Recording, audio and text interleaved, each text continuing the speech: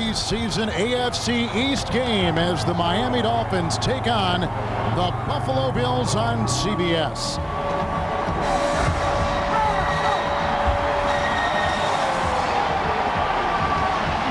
Autumn has arrived in upstate New York on a cold and windy day. Buffalo comes into this afternoon having lost 3 consecutive games. Pleasant good afternoon, everyone, with Super Bowl champion Randy Cross. This is Kevin Harlan. Thank you so much for joining us today. Well, who would have thought when the season, Randy, began a month ago that the AFC East would look the way it does here in the early part of October? Well, it's a division dominated by a team that's won 3 of the last 4 Super Bowls. The New England Patriots, you take them, you put them up top, right? Well, it hasn't worked out like that so far, folks. It's really been an unusual start to this season in 2005 because of the injuries to New England.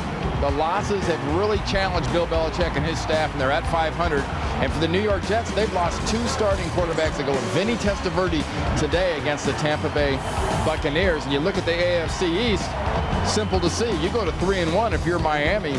You're keeping some valuable space between you and everybody else in this division. Well, let's zero in now on Buffalo, which finished last season 9-7. In February, they jettisoned Drew Bledsoe, who eventually signs with Dallas, and they name a second-year quarterback, J.P. Lossman, as their starting quarterback for this year, an experiment which has lasted just 4 games. Now they make a change today.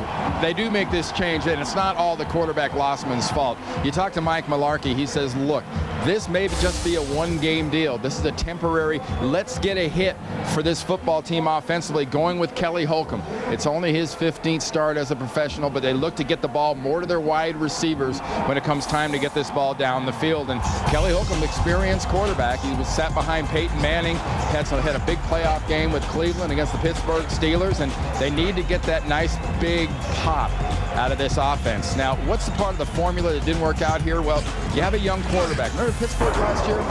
Really good running game, really good defense, and a young quarterback. Running game's all right, but look what the defense has done. Almost 5 yards a carry, and when they've blitzed, they've been absolutely gashed by the run. That is somewhat surprising. What else is surprising is that we wake up this morning and find the Miami Dolphins on top of the AFC East at 2-1. And, you know, Nick Saban has brought a lot of things. I think it's kind of a fresh breath of fresh air, plus a lot of real discipline to this football team. But some things don't change in Miami. And when Miami plays well, it's usually because, heck, their defense plays really well. There's still Jason Taylor, Zach Thomas, Junior Seau, and they're going to run the ball. Well, it used to be Ricky Williams running the ball. He'll be back tomorrow from that 4-game suspension. But at the second pick of the draft this year, they had Ronnie Brown, the running back out of Auburn. Last week, he did last game, a lot of good games, but Farrat says it's because of the multiple offense they run now. You can't just expect to go into a game, run it 40 times and out of the same look and be successful. I mean, there's times that happens because that's the way the game went, but for the most part, that's not going to happen. And you got to have variety and change things up and give the defense different looks because they're going to give you different looks. So the more that the offense can confuse the defense, the better. Miami Dolphins, for Gus Farrat, become his 6th team in the last 8 years. All right, now the game keys with Randy, we call it crosstalk. Well, when I look at both these teams, 2 keys each. First of all, for Miami, keep doing what you usually do, and that's play good, solid turnover defense. Now, on the offensive side of the ball, new offensive coordinator Scott Linehan, he limits mistakes, and he loves to go down the field for the big play. Keep doing that. Buffalo, bring back the pass, Kelly Holcomb. Get the receivers back involved. And for the offensive line, you've got a block for this new quarterback. You've got a spring Willis McGahee. It's a big challenge. And now UPS delivers today's reliable game points. Well, I think if you're a Dolphins fan, you have to look at this and say, nice start, but is this a new team or the same old fast start with a slow finish? For the Buffalo Bills, can you be the toughest team? Can you be physical today? And for your reliable game picks delivered by UPS, log on to CBSSportsline.com. The NFL on CBS will continue after this word from your local CBS station. Everything's so. CBS Sports welcomes you to the following presentation of the National Football League.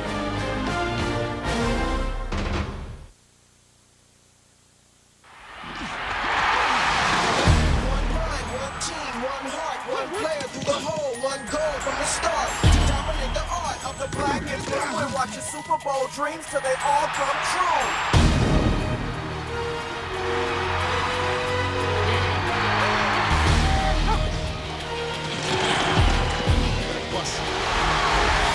One mind, one team, one heart,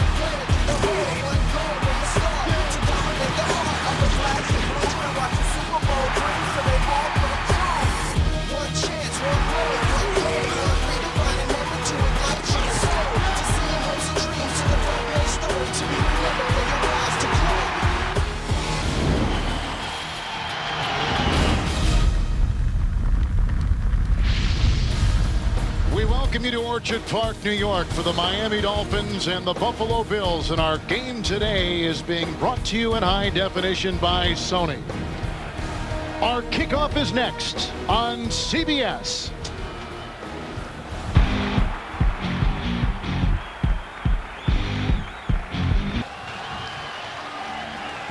With Randy Cross, Kevin Harlan, we're in Orchard Park, New York, where the weather is a bit Buffalo-like with 52 degrees. There is a chilly wind. You look at Nick Saban. He has been a college football coach, a head coach at Michigan State and LSU over the last 11 years. Mike Mularkey is in his second season after coming to the Buffalo Bills from the Pittsburgh Steelers, where he was their offensive coordinator. The Miami Dolphins are coming off a bye a couple weeks ago. That guy right there, Lindamari, had the game-winning field goal against the Carolina Panthers in San Antonio last week. The Buffalo Bills lose to New Orleans. It's the Bills, it's the Dolphins, and here we go. This is Jonathan Smith, who takes it out near the 33-yard line and brought down by Jason Glenn, a 25-yard return. 32-year-old Kelly Holcomb makes his 15th career start. This is his 9th NFL season. On the line, rookie Duke Preston starts for an ill Chris Valerio. Preston making his first NFL start. Greg Gervin continues to replace Williams at the tackle. And Willis McGahee, the former University of Miami running back, is off to a very good start for Buffalo. From the 33, 1st and 10. Sam Aiken is a third receiver for the Bills. A fourth receiver is Smith, who is in motion. And the pass is caught by Josh Reed, then dropped. Incomplete. There was a flag on the play. It's going to be encroachment offsides, I think, against the Miami Dolphins.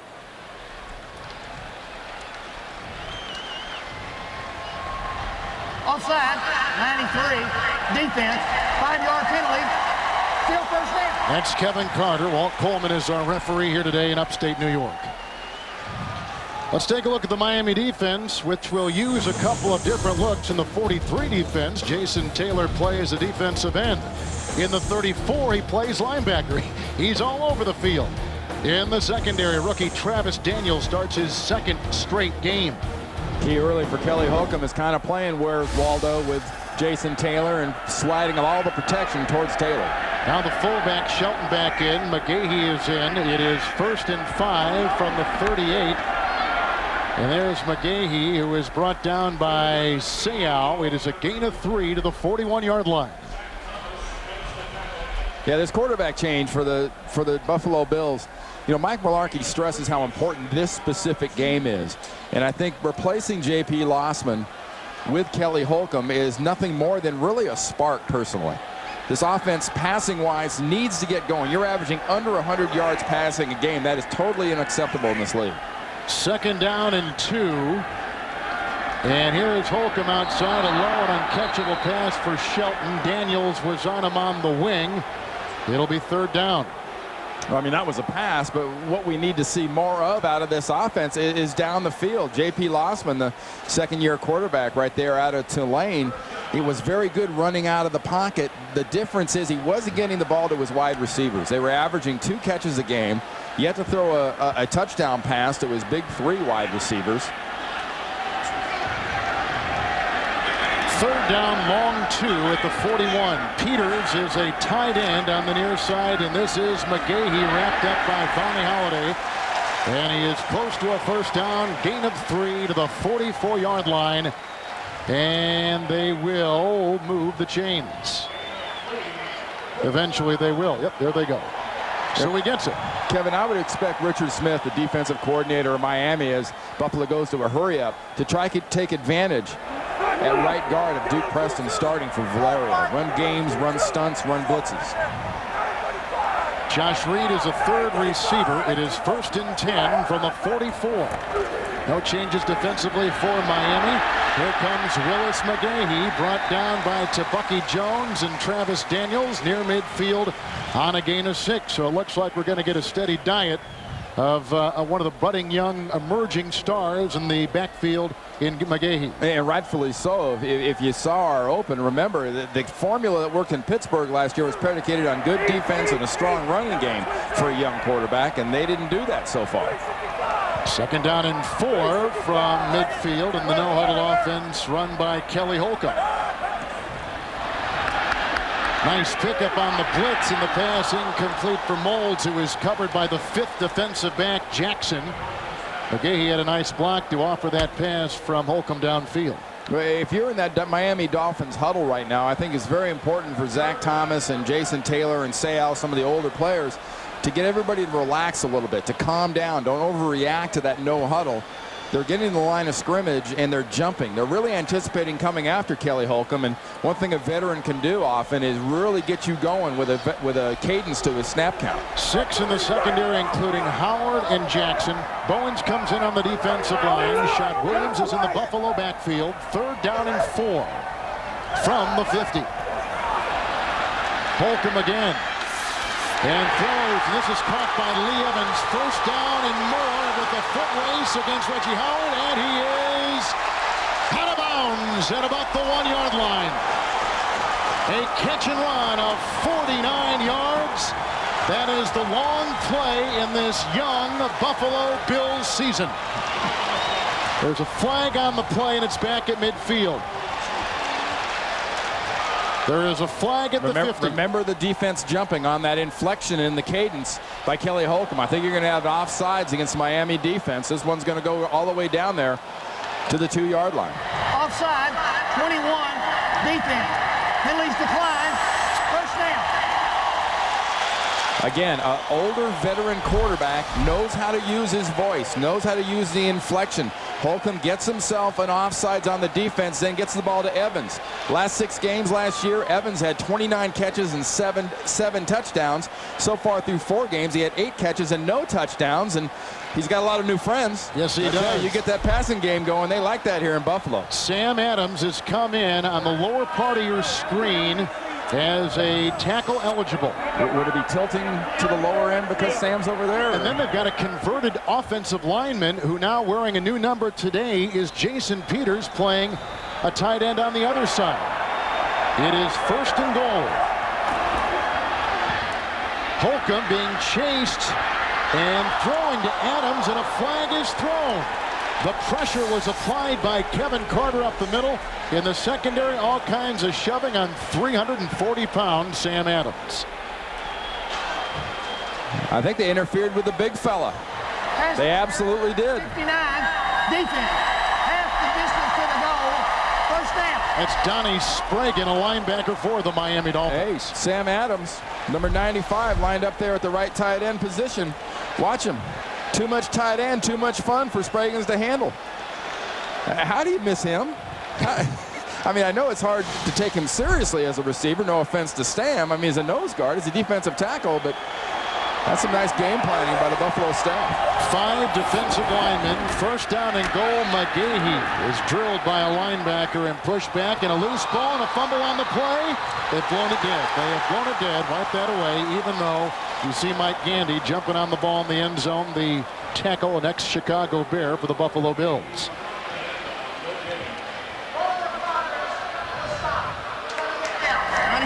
So this was all set up on the game-opening drive by Buffalo with a catch and run of 49 yards, a career-long catch by the 2nd-year wide receiver out of Wisconsin, Lee Evans, a play designed by Mike Mularkey. Now it is the 8th play of the drive, 2nd down and goal at the 1. Adams remains, this time on the left side. And McGahee slithers in for a Buffalo touchdown.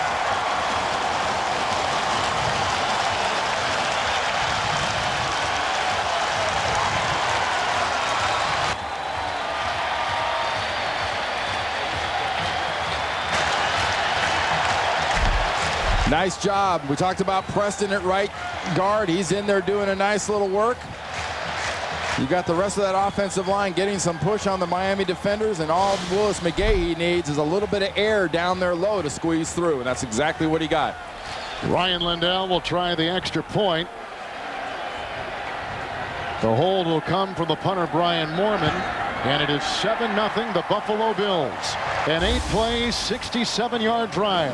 The NFL's 7th leading rusher, Willis McGahee, out of the Miami Hurricane. A look at Kelly Holcomb, who, like last week in a drive that was engineered by J.P. Lossman, Randy, in San Antonio against New Orleans, engineers a game-opening drive for the Bills this week against Miami. Yeah, we've seen them start well. Got to have consistency, got to have rhythm, got to have flow to this offense. That's the reason they made the change at quarterback. And it's their 4th opening drive score in 5 games, so they know how to start quickly. And it was all set up on that catch and run by Lee Evans of 49 yards, racing inside the 1. Now Lindell with it teed up at the 30-yard line, and the Dolphins will get it for the first time. Wes Welker out of Texas Tech from the 10-yard line for Miami. And he was hit and brought down on the play by Joe Burns among many. Bills, some shoving after the play, as you can see on the 24-yard return. There go the flags. There go the brains. The return was out to about the 34-yard line.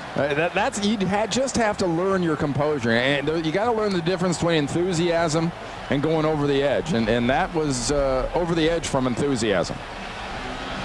There's all that we must protect this house garbage, but there's also doing what's smart for your team.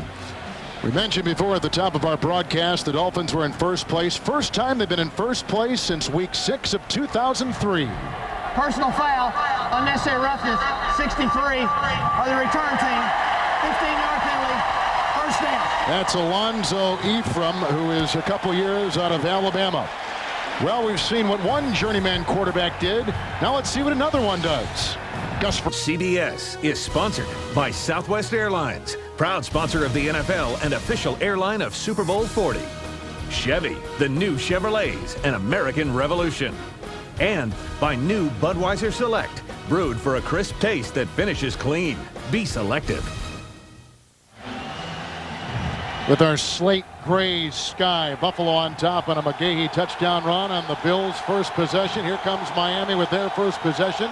19-yard line. Gus Frerotte as McMichael is tied in motion.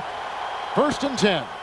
And play action by Frerotte, chased by Kelsey, and throws incomplete, looking for Chambers, who is covered on the side by Nate Clemens. Now let's take a look at the Miami Dolphin offense. 34-year-old quarterback Gus Frerotte has thrown a touchdown pass and an interception in each game so far this year. Stocker McDougal starts. He'll be rotating with Carey at that one tackle. And the tight end McMichael is off to a great start among the top receiving tight ends in the very deep AFC.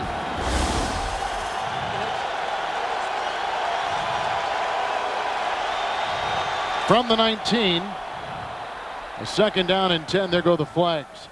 Well, both these defenses are having a pretty hard time holding their proverbial water on the snap counts. Just jumping. Defense, 5-yard penalty, still 2nd down.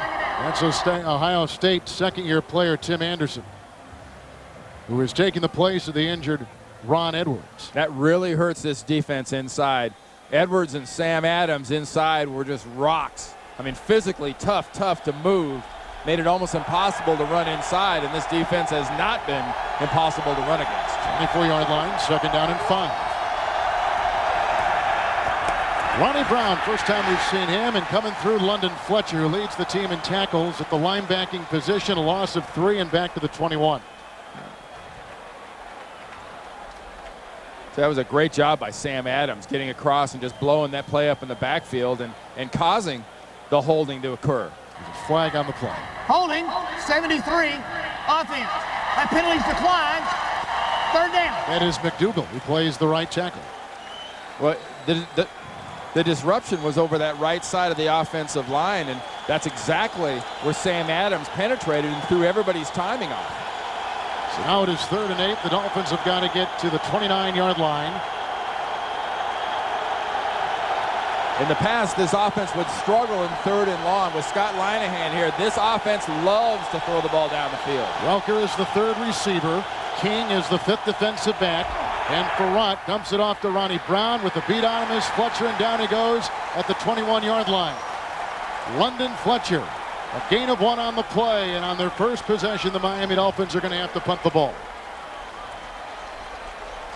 Well, I don't know if it was the change at quarterback, Kevin, but there was a different spark, a different feel early on here to this Buffalo Bills football team. Not only offensively, but as you can see from the reaction of London Fletcher, this team is ready to play some football.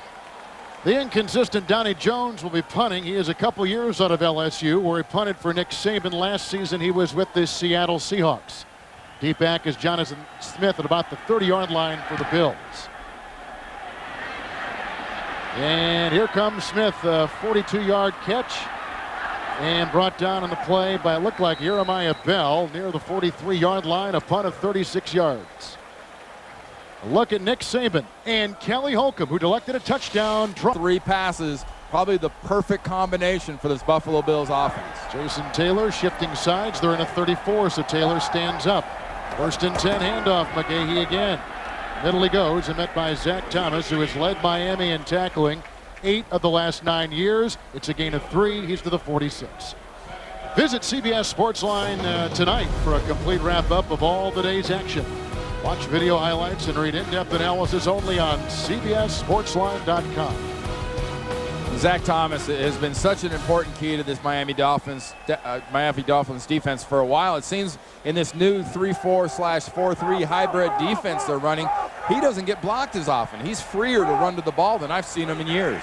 Taylor still stands on the defense. 2nd down and 7. There's a good block on Seau by McGahee, and it goes outside to Shelton, who sheds a couple of tacklers, and is finally brought down by Tabucky Jones. A 15-yard pickup. He's to the 39 and a 1st down. Let's go to New York and Greg Gumbel. All right, Kevin, in Detroit, the Lions turn an interception into a touchdown. Kevin Jones, 14 yards for the first rushing touchdown against the Baltimore Ravens this year. 7-0 Lions, first quarter.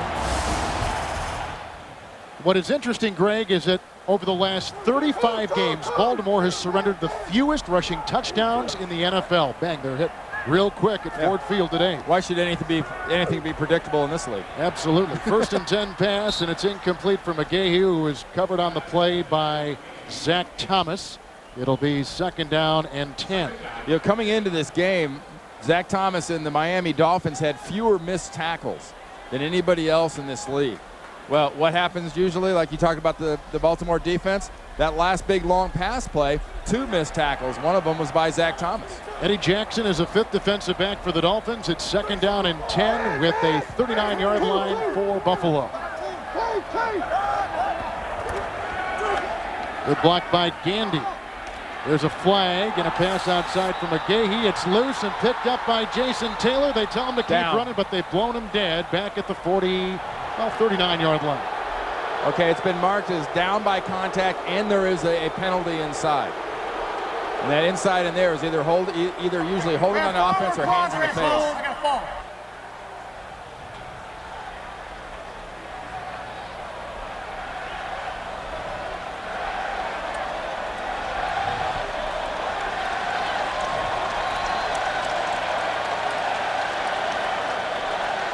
Miami has only played 1 road game, Randy, this season. That was a loss at New York. And Nick Saban was telling us last night, we don't know how we're going to play on the road. 91, defense, 5-yard penalty, automatic, 1st down. And the holding was on Vonnie Holliday, the ex-Chief and Green Bay Packer. So now, for all the excitement of that last one, now we've got a penalty against the defense. We're looking at 1st and 5 or 1st and 10. That was an incomplete pass anyway.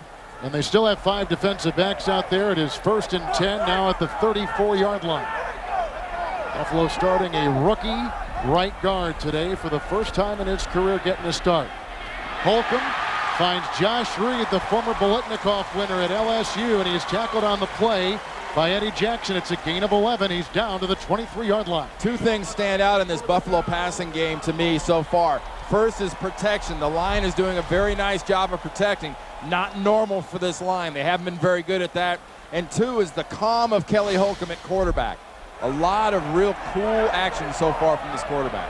23-yard line where he's got a 1st down. And I think that's what they were looking for, Randy, that confident, cool, calm demeanor. And McGahee showing some of that. Taylor brings him down as McGahee corkscrews to the 14-yard line, picking up 9 on this drive that began back at the 43 for the Buffalo Bills. And for J.P. Lossman, who's standing on the sideline watching Kelly Holcomb, you know, the best lesson that J.P. could learn in this situation is that calmness and the way that Holcomb doesn't really, he's not too much of a hurry. He doesn't go too quickly. That's one thing the young quarterback, when you look at him on tape, seems to do. It's not that the defense is moving so fast. At times, he's moving too fast.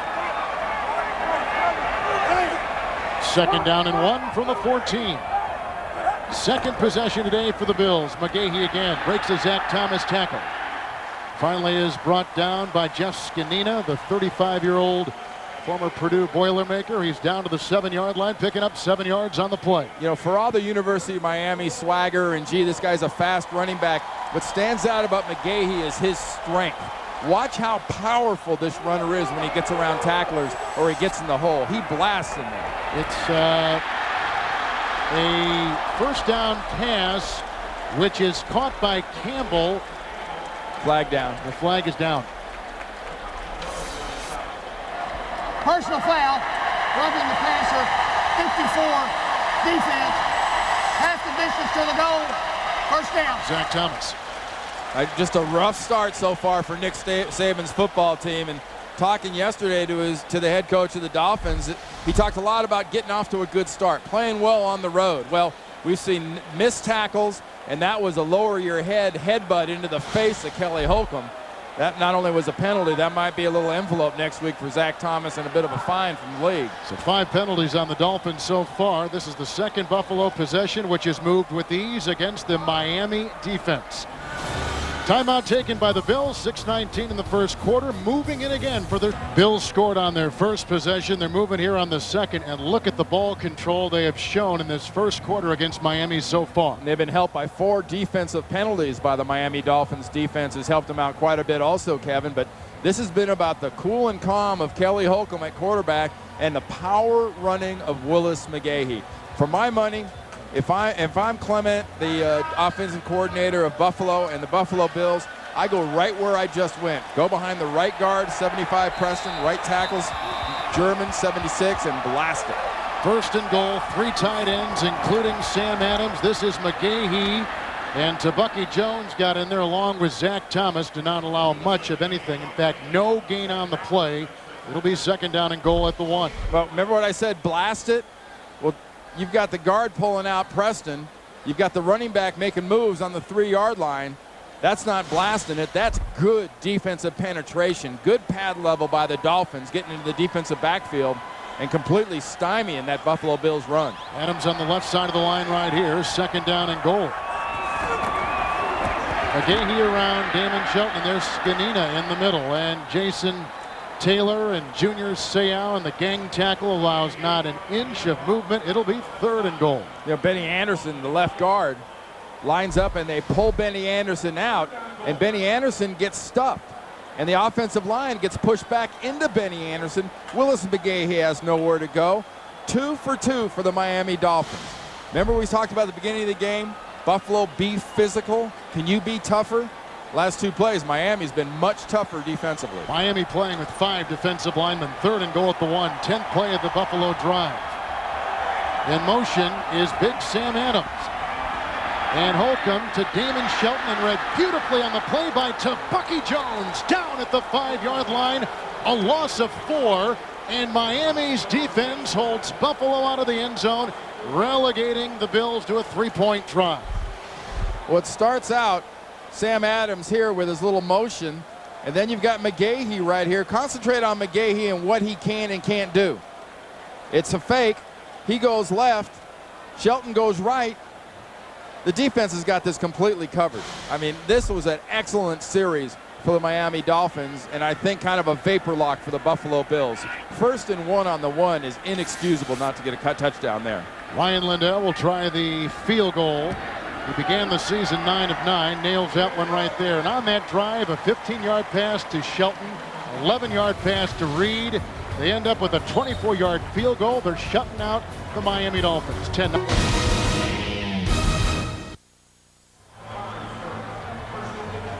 Kelly Holcomb and the Buffalo offense have had it 2 times today. They have scored both times Moments ago, a 24-yard field goal by Ryan Lindell.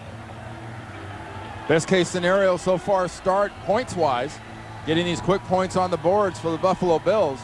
They may live to regret that 4 points they didn't get just then when they had to settle for a field goal after having it 1st and 1 on the 1. And the worst case scenario so far for that Miami defense. Penalties, missed tackles, not very disciplined. Lindell with a swirling win inside Ralph Wilson Stadium. This is Wes Welker, undrafted, and went to San Diego where he was cut. Here he is cut down. Brought down by Stamer, the reserve linebacker at the 23-yard line. That's a return of 18 yards. Josh Stamer with the tackle. Tonight on CBS, did a Halloween horror movie lead to a brutal murder? The truth will haunt you on a new episode of the new hit drama Cold Case. That's tonight on CBS, America's most watched network. Willis McGahee with the touchdown run, the field goal. Buffalo 10-zip. Second possession coming up for Miami. They punted 3 plays and out the last time. Randy beginning here at the 23. Chambers on the move, and Farrant is under center. Seth McKinney.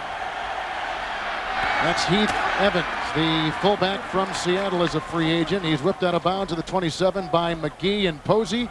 It is a gain of 5. The Buffalo defense, the tackle is Tim Anderson, starts for the injured Ron Edwards. Both were replacing the now departed Pat Williams. Angelo Crowell replaces the injured Takeo Spikes. And safety Troy Vincent is a former Miami first-round pick in the Buffalo secondary. 2nd down and 5 from the 28. Farrant outside for Chambers. Grabbed quickly out there by Nate Clemens out of Ohio State. It's a 1-yard gain. He's out to the 29. And so far, we've seen some very good discipline from the Buffalo Bills defense. Good tackling, good form. Nice job there by Clemens. And we've also seen, instead of the normal kind of 2-deep look by the defensive back, Lawyer Malloy is much closer to the line of scrimmage for Jerry Gray, the defensive coordinator of the Bills. They're being much more aggressive. They're daring Miami right now. Jerry Gray and company are to pass. They're saying, okay, you're not going to run. We want to see Farrant beat us with his arm. 5th defensive back is Eric King, 3rd and 4. McDougal, by the way, remaining at right tackle in the 2nd Miami series.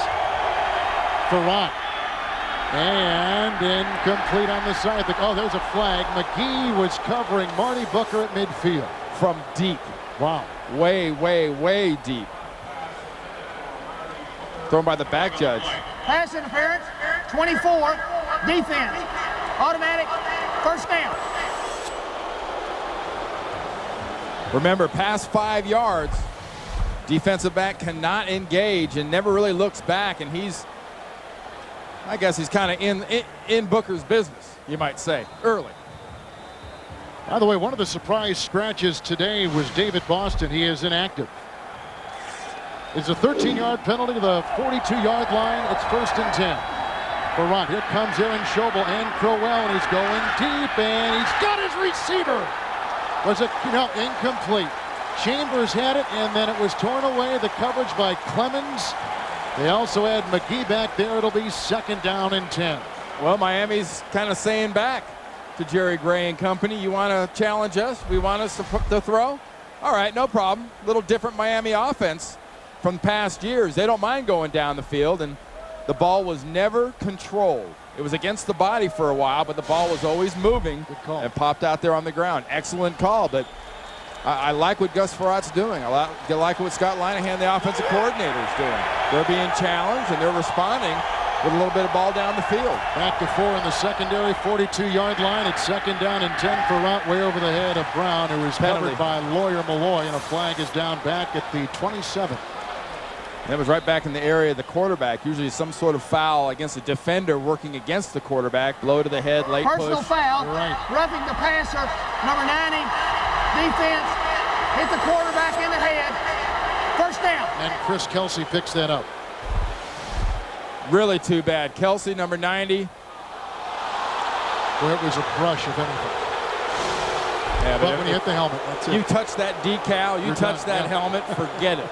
exactly they right. are going to call it. They will always err on the quarterback side. You said before Miami had all those defensive penalties. They had 4. Buffalo now has 3 defensive penalties. Amazing how good that makes an offense look.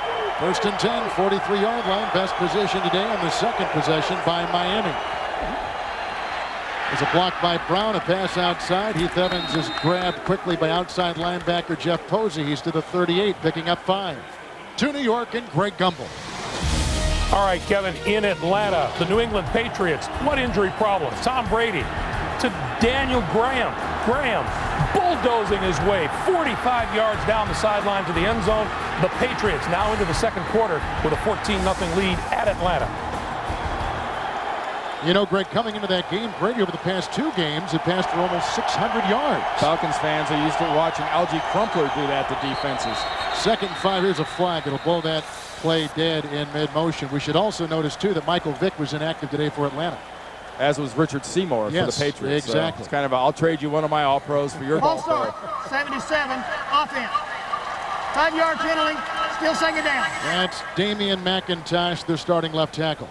And something to keep track of here, we mentioned it earlier, Nick Saban's offense is getting out there and they're seeing some different looks. They're seeing a single deep safety with coverage on the outside by the corners. And Lawyer Malloy, the strong safety, spending a lot of time around the linebackers. That's got to scream to Gus Frerotte, throw the ball. If he backs out, it's a running look. 2nd down and 10, back at the 43. Ronnie Brown. And Fletcher is the one who shot through, piercing the line, and slowed him up and throws him for a 2-yard loss back to the 46-yard line. And the reason I said that about the defense is, you know, just look what's inside. You know, on the line of scrimmage, 1, 2, 3, 4, 5, 6, 7, 8. I mean, you got 9 guys basically at the line of scrimmage and 8 in the box. You get 8 in the box against an NFL team, unless you're just an awesome running team, you are not going to run the ball. Sammy Morris in the backfield for Miami. Welker is the 3rd receiver. Eric King has come in as a 5th defensive back for Buffalo. 3rd and 13. They need the 33. Frerotte, the ex-Buffalo Bills, Sammy Morris, slowed up and gang tackled on the side. Crowell was there, and again, London Fletcher makes the stop. It's a gain of 8. There's a look at Fletcher, who's 5'10".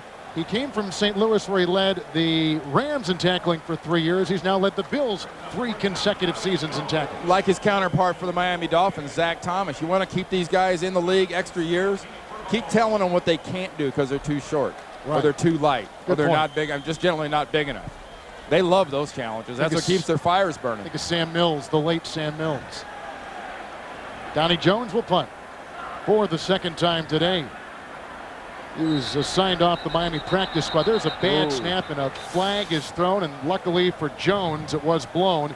The snap was low by John Denny, who was a rookie undrafted long snapper. 96, offense, 5-yard penalty, still 4th down. That's Bowens. He's a veteran. 7th Miami penalty. And I'm sure if Nick Saban had a checklist of things that I don't want my team to do on the road, it's obviously, A, get off to a slow start, but all these early penalties and mental mistakes are really why his team is down 10-zip at this point. Only 3 seconds remaining in this first ball, and he bobbles the snap. He lost the ball, and it's loose at the 46-yard line. He eventually dropped it, but he forgot to kick it. He cannot hold on. Another low snap. It's supposed to be a 15-yard snap, but it went about 12 yards, skipped into his legs, bounced off his legs, down onto the ground. Another critical mistakes by the Dolphins. By the rookie long snapper, John Denny. We start the second quarter with Randy Cross, Kevin Harlan, a fumble by Miami, among many other issues in that first quarter. Look where Buffalo starts at the Dolphin 45. You've got the momentum. You're giving them a spread look. I'd go downfield right now. We got the 2 receivers. That's Campbell, the tight end, in motion, and Kelly Holcomb from Middle Tennessee State. I think he wanted to go long. Now going short, and it's off to McGahee. And he gets by Carter, and Carter, I guess, got enough of him just to trip him up as he tumbles ahead to the 42. He picks up 3. It'll be 2nd down, but I think he was going long. I think you were right. It was a nice job down the field. by Sam Madison and Travis Daniel, the young rookie out of LSU, number 21. I would really anticipate this Buffalo offense of going out of their way and trying to test this young guy. Fourth rounder out of LSU, played for Nick Saban. Second down, long 7 from the Miami 43. Second play of the second quarter. McGahee hit by Zach Thomas and brought down the 5-time Pro Bowler Thomas. 4-yard gain to the 40. To New York and Greg Gumbel. All right, Kevin, in Atlanta, the Falcons bounce back. Matt Schaub starting today for injured Michael Vick. 2-yard touchdown pass to Justin Griffith. 14-7, the Patriots lead in the second quarter. Kevin, Matt Schaub is going to have a lot of people making runs at him when this season's over. He's a good one, back up to Vick. He's really, really good, especially in that style of West Coast offense. Third down and 4. They need the 35. Another offsides by Miami. Jackson was an extra defensive back. Moulds gets it. Daniels makes the stop, but let's see what that flag is all about. Gain of 4 as it stands right now.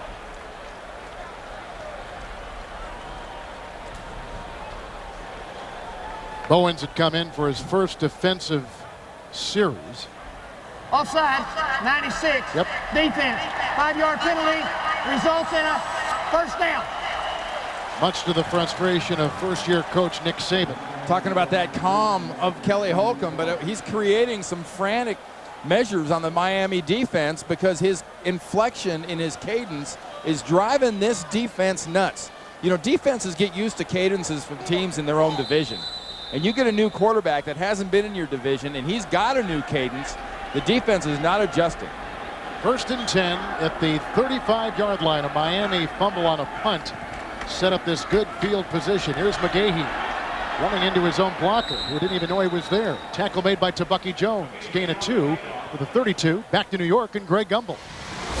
Kevin and Randy, play close attention to what happened in Detroit. Joey Harrington, most of us thought this was an attempted pass.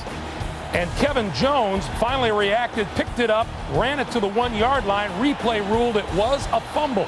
And from the 1, Kevin Jones scored his second touchdown of the day. 14-0 Lions, second quarter. Kevin Jones averages, Greg, about 117 yards on the ground over the last 5 games when he plays at home. He loves playing at Ford Field. Second down and 8. Flag is thrown, and here's the pass caught by Moulds. He's down to the 23.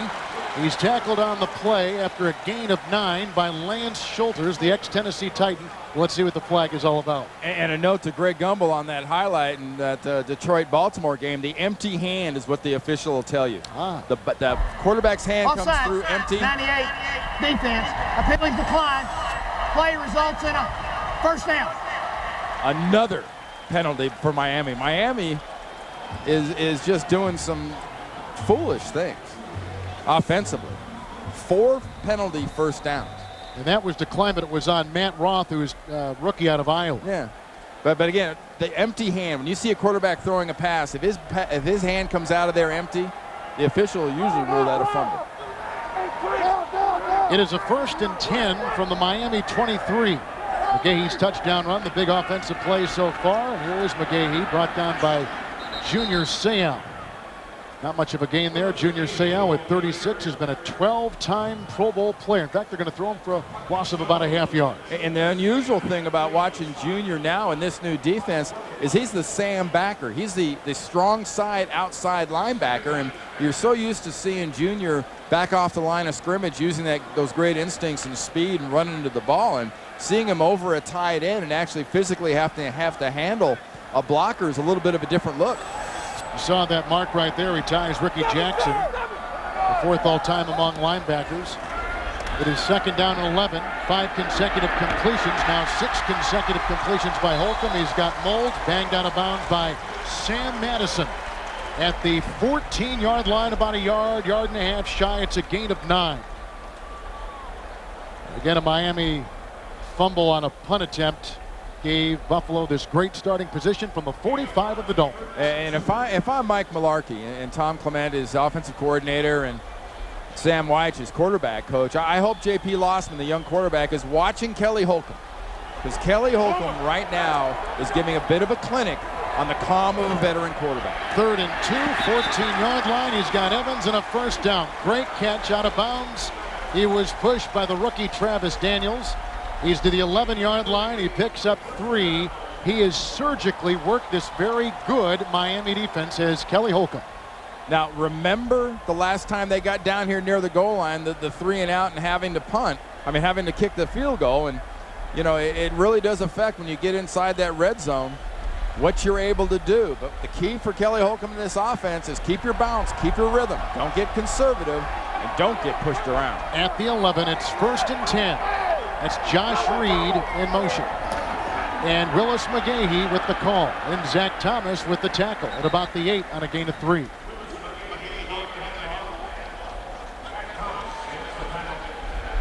It really is kind of fun to watch what Kelly Holcomb is doing with this offense. And I'll say again, and you're going to keep hearing it from me, is the difference is Lossman, when he was in the last 4 games, there was so much more of a, not a hurry feel, but kind of a frantic, should I run, what should I do? There's very little lack of decision in Kelly Holcomb. He takes the snap. He always seems to know where he's going with the ball right. 2nd and 7, 9th play of the Buffalo drive. Holcomb hit as he throws. He's got Reed outside, who's brought down by Lance Schulters. And the gain is to the 6. It's a pickup of 2. I think that illustrates your point, maybe as good as any single play. He's whacked on the play, yet he kept the composure to get the pass away. Zach Thomas better be careful. I know he's not real tall, but he's leading with that head going in on the quarterback on those blitzes. He's going to draw another penalty if he does that again. I mean, it's an effective blitz. It wasn't late. But watch his head as he comes in. He is leading with the head, isn't he? Yeah, I mean, if it hits the quarterback in the head, that's an instantaneous flag. 2 tight ends, 3rd down and 5. From the 6, Holcomb, here comes Carter, and here comes Fonnie Holiday, and they devour Holcomb back at the 15, a loss of 8 on the play. You got a flag down. At the 1-yard line. Holding, 59, defense. Donnie Sprague. To the goal, first down. Well, this time he wasn't covering Sam Adams. The ex-Denver Bronco Sprague, who started for Denver last year as a linebacker. It's not going to be real complicated.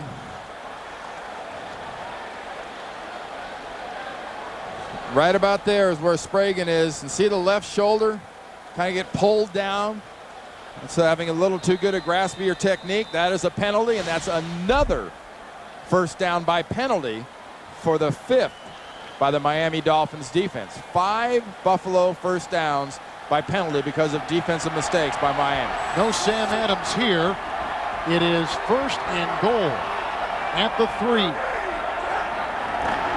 Holcomb to McGahee. And brought down by Bucky Jones and Lance Schulters. And they had Crowder, the rookie, a gain of 1 near the 2. Remember the last trip in here, 1st and 1 on the 1. Not physical enough, not tough enough by the guys up front for Buffalo. Trying to be too cute by the play callers of Buffalo. You got a field goal instead of a touchdown. Now it is 2nd down and goal at the 2. Well, that stat there tells you got to pass against this defense. No Adams here. Again, they just go with the conventional offense. And Kelly Holcomb to the end zone for Moles. And it is incomplete. The coverage by the 4-time Pro Bowler Sam Madison.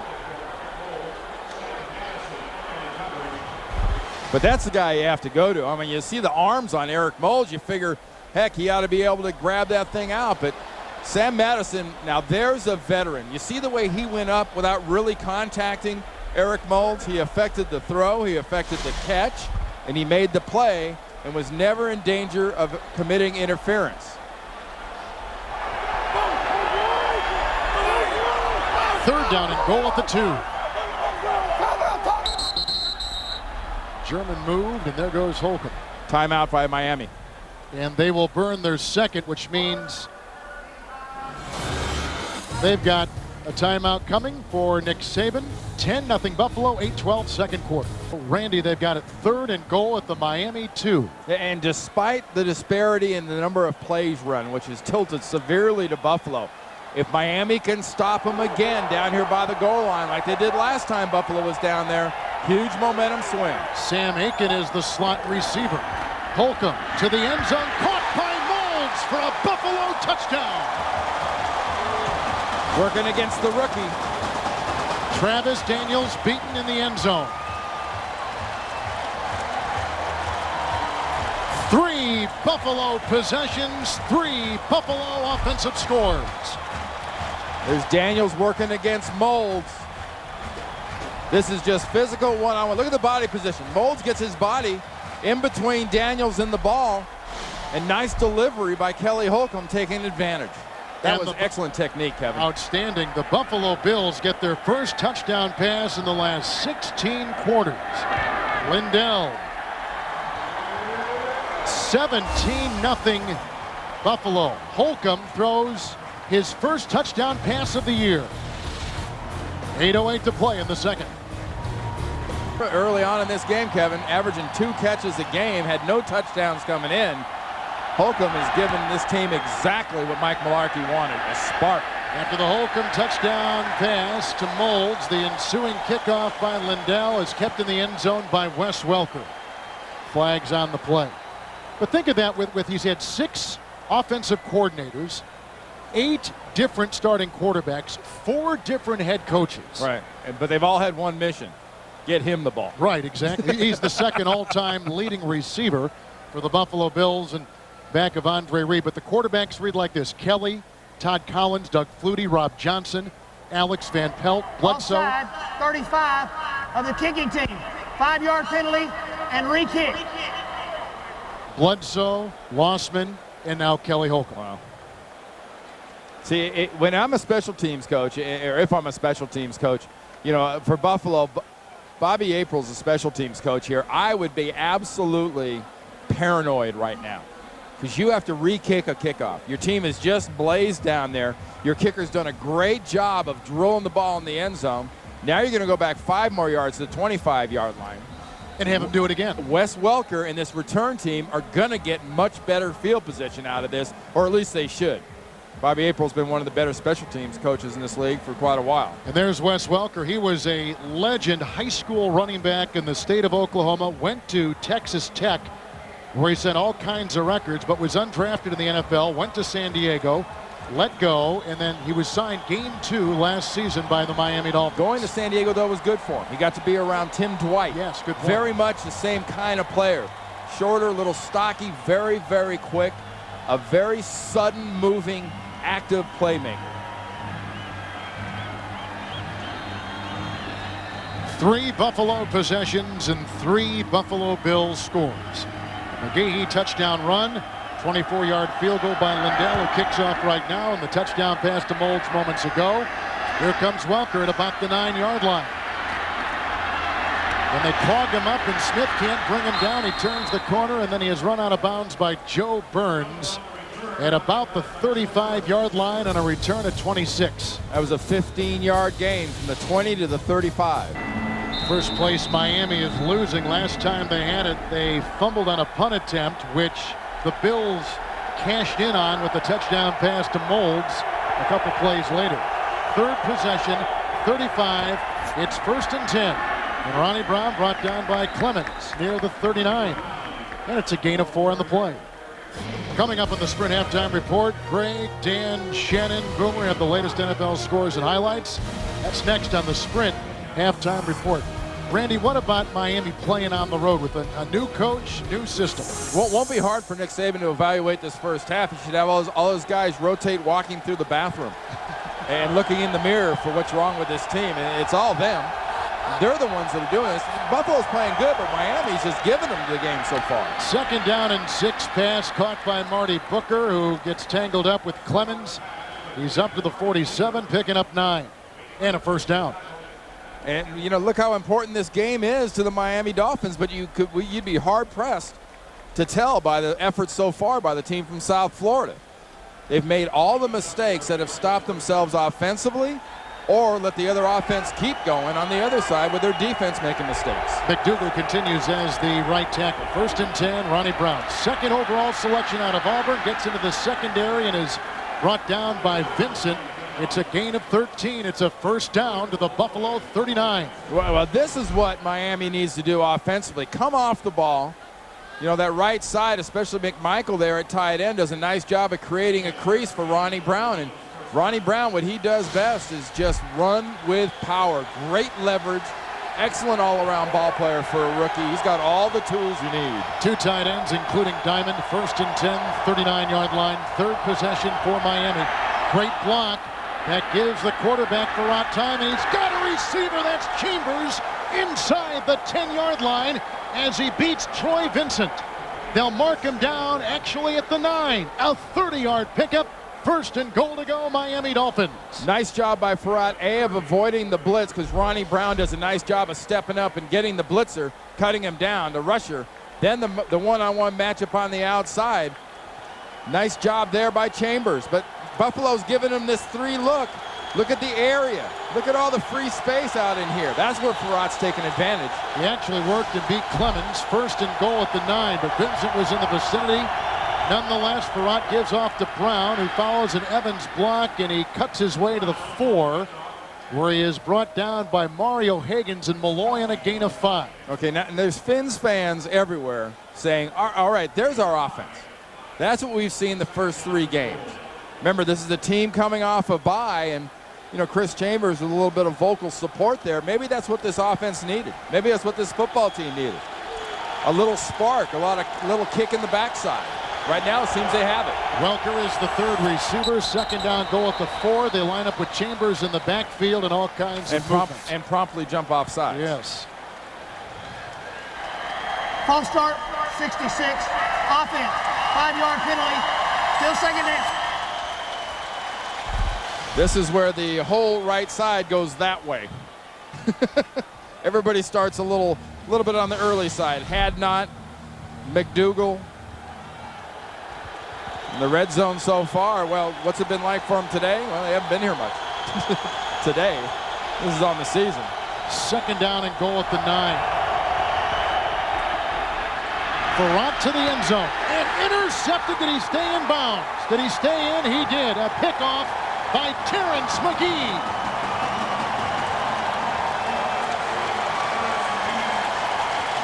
And the 2nd consecutive Miami turnover. Farrat never took his eyes off. He double clutched. See him pat the ball and then go. Terrence McGee took a nice jump on that route, jumps right in front of the receiver and gets himself an interception. Another mental mistake by the Dolphins. On CBS is sponsored by IBM. Become an on-demand business. IBM can help. And by Rocky Mountain Refreshing Coors Light, the official beer sponsor of the NFL and Super Bowl 40. With Randy Cross, Kevin Harlan, we're back in Orchard Park, New York. A 2nd consecutive Miami turnover, intercepted by McGee in the end zone. Touchback to the 20. Holcomb 1st down and 10. And McGahee, who's got a rushing touchdown himself, got a great block from Lee Evans, a wide receiver, then is ushered out of bounds by Crowder and also by Shoulders. A gain of 7. He's to the 27-yard line. It's worth taking another look at this. Watch Farrat pump, pat, then throw. And the reason you see pat, then throw, which enables McGee to look at it and get the jump, is watch Booker. There's Booker right there. Now, bang, he's open. There's pat. The first pat is seen by Terrence McGee. That's when he reacts and breaks on the ball and gets himself an interception. There was a holding penalty on the Buffalo Bills. Negates that 7-yard gain. Makes it now at the 10-yard line, 1st down and 20. And right now, this Kelly Holcomb-led offense is about as balanced as you could be, with 15 runs and 15 passes and probably about 15 helping plays from Miami so far. Reed is the 3rd receiver. This is McGahee. Shoulders brings him down at about the 11-yard line. You know, there's been a real nice distribution of the passes that Kelly Holcomb has sent out today. It's been the key, Kevin, to that calmness. that poise we've seen out of the quarterback position. And remember, it's 6 different receivers, and Mike Mularkey said this move to Kelly Holcomb was not a permanent thing necessarily, but it was something for this team because this team needed to win this specific game.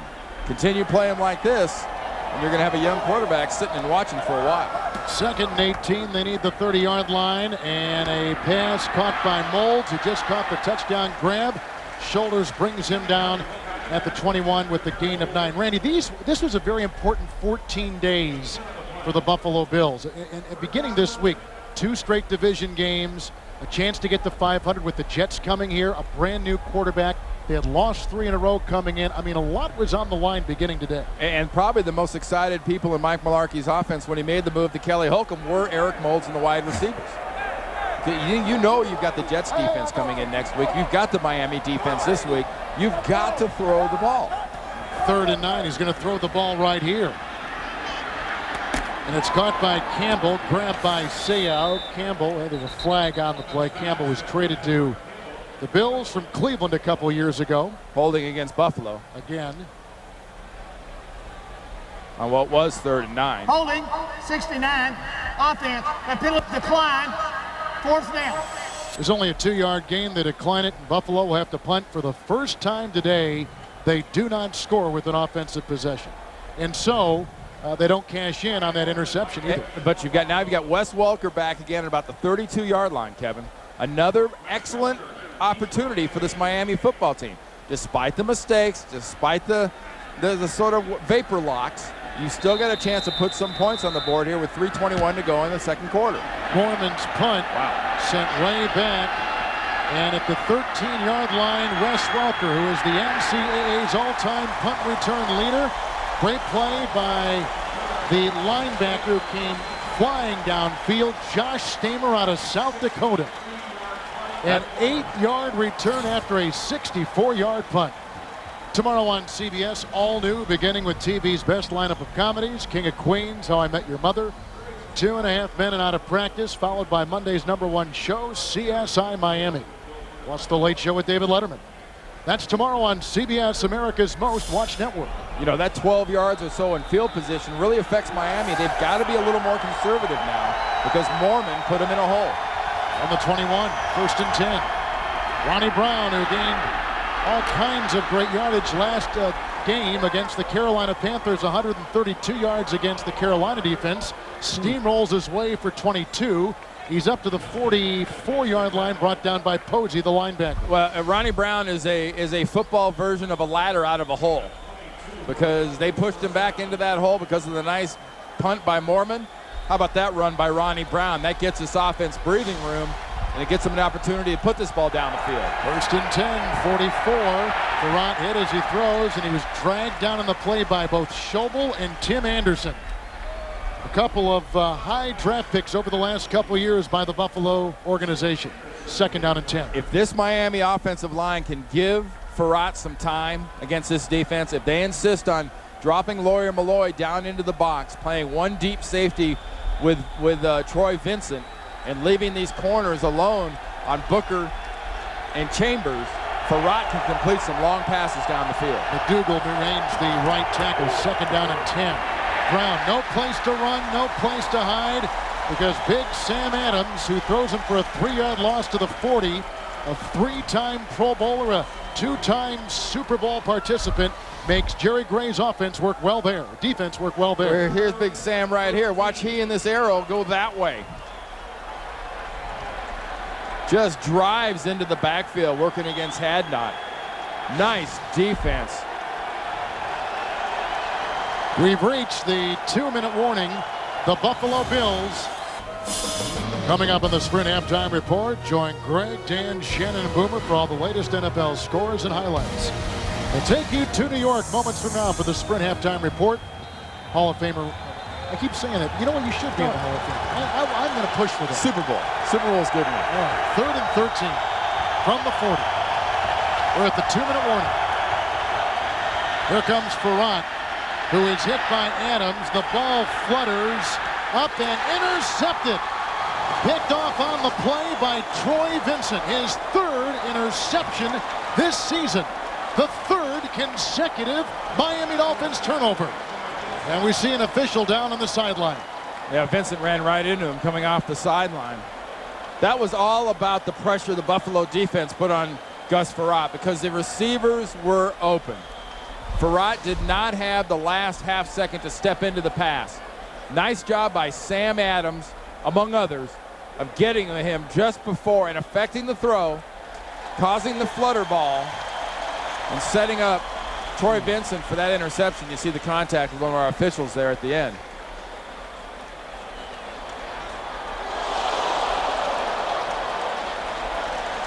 The official got belted. That was Ron Fair, our head linesman. Yeah, number 10. And that's 2 possessions in a row ending in an interception. And there's a possession ending in a shot for Ron Fair. Yeah, I'm fine. I'm fine. Has this whistle always been around my neck? There's Vincent, a one-time first-round draft choice by the Miami Dolphins. And a guy who's taken the place of Izell Reese, who was the free safety. Vincent was injured last year playing corner. When he came back, he went to free safety. That's where he has stayed since. 40-yard line, 1st and 10. Kelly Holcomb has thrown a touchdown pass today. That's caught at about the 45. A flag is down. Campbell got it. Zach Thomas with the stick, a gain of 5.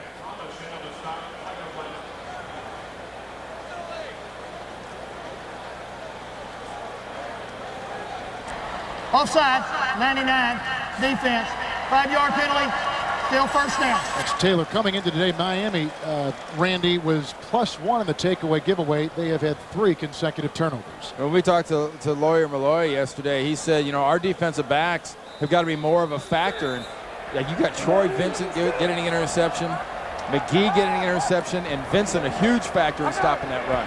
1st down and 5 from the 45. They dump it out to McGahee, who spins and turns his way before he is brought down by Traylor at about the 48, gain of 3.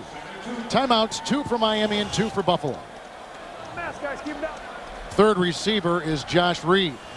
And Buffalo's been in this kind of hurry-up look for most of the game, so they're used to this pace.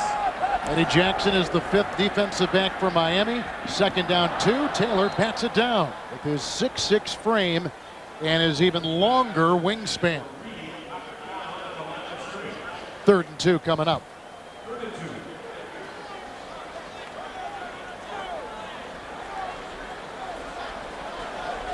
There is Fort Lauderdale native Malarkey, the coach. Mike, his second year. Isn't this crowd here in Buffalo? I mean, I'm sure Malarkey and his football team are excited, but this crowd's almost stunned. You know, they came to see the Bills play well, and they expected to see a good game, but they're all sitting here right now like, wow, what's going on? Shad Williams is an extra running back. They've also got Jonathan Reed as an extra wide receiver. And on that 3rd and 2 pass, it's incomplete over Shad Williams' outstretched hands. The coverage on the play was provided by Tabucky Jones, and they cannot do anything with that turnover. So Miami has dodged a couple bullets. The interception by McGee on the previous possession. They had to punt. Buffalo did. Now they got to punt again on the interception by Vincent. Two turnovers and giving up no points. The last turnover before that was the fumble on the punt. That cost them a touchdown. Ryan Moorman to punt. Welker will look at this shank punt, which bounces to him at the 11. And brought down by Jabari Greer, an undrafted player out of Tennessee who is a track standout for the Volunteers. 6-yard return, 41-yard punt. Log on to NFL.com all week long. Read Squib Kicks, the new arena for the lighter side of football. Check it out on NFL.com or NFL on AOL. I don't think Nick Saban would be interested in the lighter side of anything right about now. That's a good point. So far, the only thing light about his football team has been their performance. It's been lightweight. Welker is the 3rd receiver, 1st and 10. They give it to Ronnie Brown. That play is blown dead in mid-stride. False start, 66, offense, 5-yard penalty, still 1st down. 12 penalties now against Miami. 12 penalties. That went against Rex Hadnot. Most penalties in the game for the franchise is 14. Nick Saban might see that broken by the end of by before halftime. Miami coming off a bye, and 2 weeks ago in Miami, they beat a good Carolina team. 1st and 15 and back to the 12-yard line. Ronnie Brown, and grabbed on the play by Ryan Denny, who is out of BYU and a second-round pick, and a gain of 3, and they mark him at the 15. And again, Lawyer Malloy is doing a very nice job, kind of in there as the 4th linebacker.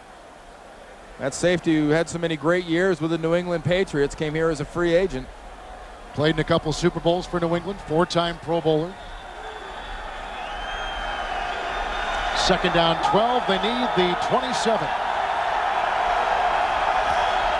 Brown again out of the shotgun. And a tackle made by Fletcher. The gain is of 8, and it's out to the 24. Clock continues to tick, and I believe they're going to take it to halftime. Well, this is a very interesting first half and a good one for Kelly Holcomb. Shocking. Shocking to be 17-0. Excellent, calm presence by Kelly Holcomb on the offense. You have to say the Buffalo Bills played well and took advantage of mistakes by Miami. But the reason this football team from South Florida is in the condition it is right now at halftime is they have got multiple self-inflicted wounds. They're kind of like me chopping a salad. Everything's self-inflicted. You got chunks of this. I've seen it. I can attest to that. 3 consecutive Miami turnovers. 3 consecutive scores to begin the game by Buffalo. It's 17-0 the Bills at halftime. In the game, completing passes to 7 receivers in the first half. And they're gonna go down the field more, Miami is. And if they get the same results, Buffalo's going to get more turnovers, and Holcomb get the ball in Miami territory more. Well, and you talked about the calm and the confidence that he is showing as this game is being shown to you. We're available in HD. You know, that is really, I think, had a calming effect on the entire team. Here's the kickoff, and it's picked up by Will Heller, who is a reserve tight end. And he is to the 35-yard line and brought down by Liam Ezekiel. When Spikes went down, Ezekiel was signed. 12-yard return. And some decent beginning field position. There's Heller. He's out of Georgia Tech and waived by Tampa Bay. And some stretching going on for Zach Thomas on the sideline as he prepares for his first defensive series. Right now the offense has it 1st and 10. The number one thing this offense and defense need, they need some composure. Stop jumping off sides. 2 penalties away from a club record. Couple tight ends. It's 1st and 10 from the 35 for Gus Ferrant, who connects with Marty Booker, the ex-Chicago Bear. The tackle is made by Crowell at about the 47. Gain of 11, 1st down. And what we saw earlier out of this Buffalo football team is very opportunistic football and good physical running by McGahee early with that touchdown there. And a touchdown pass taking advantage of the rookie Daniels. Eric Mose gets his touchdown. A Lindell field goal, and Mike Mularkey goes in at the half, 17-zip. McDougal begins the half as the right tackle. 1st and 10, Ronnie Brown, and he is swallowed up by Big Sam Adams, who is riding his back down after a gain of 1 near the 47-yard line. No changes on the defense or offense to begin the second half. That play was all about Big Sam Adams. Watch Sam Adams come off. McKinney can't block back. Hadnot has to stop and try to get him. And it's so congested onside, Adams has the time to go run all the way around that great circle route and still get to the running back, Ronnie Brown. Lorenzo Diamond is the tight end, the extra tight end. 2nd down and 9. Brown is a receiver in the slot. Intercepted by Lawyer Malloy. It's the 3rd interception and the 4th turnover by the Miami offense today. And Malloy comes up with his 2nd interception of the season. Buffalo will start another possession in Miami territory because of excellent anticipation by Lawyer Malloy. Reading the play, reading the formation. That ball is thrown there to the backside of the tight end, Lorenzo Diamond. The ball hit the ground. I don't think the ball hit the ground. I think he had control of it. Challenge flag is out, thrown by Saban. The time on the 3rd quarter. Oh, it was. They're running on the field. 13:40. Interception. That's going to be incomplete. They'll review it.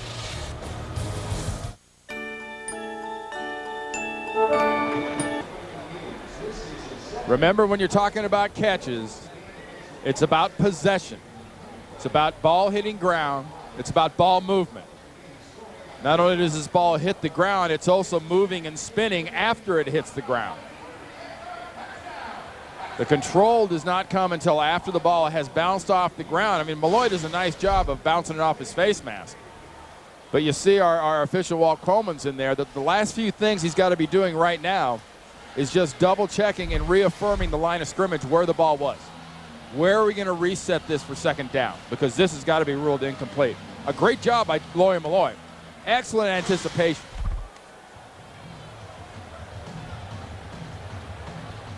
You take a look at Malloy, who is, I think, somewhat stunningly let go of the position he held with the New England Patriots after 4 Pro Bowl seasons, a couple Super Bowl appearances, and was signed here immediately and played against him that next Sunday. And they won 31-0. 31-0. Very good. Yeah. And I'd also find my helmet if I was him, because you're going to be back in. After reviewing the play, the ball hit the ground prior to the intercepting player controlling the ball. It is an incomplete pass. It'll be third down for Miami. Good job.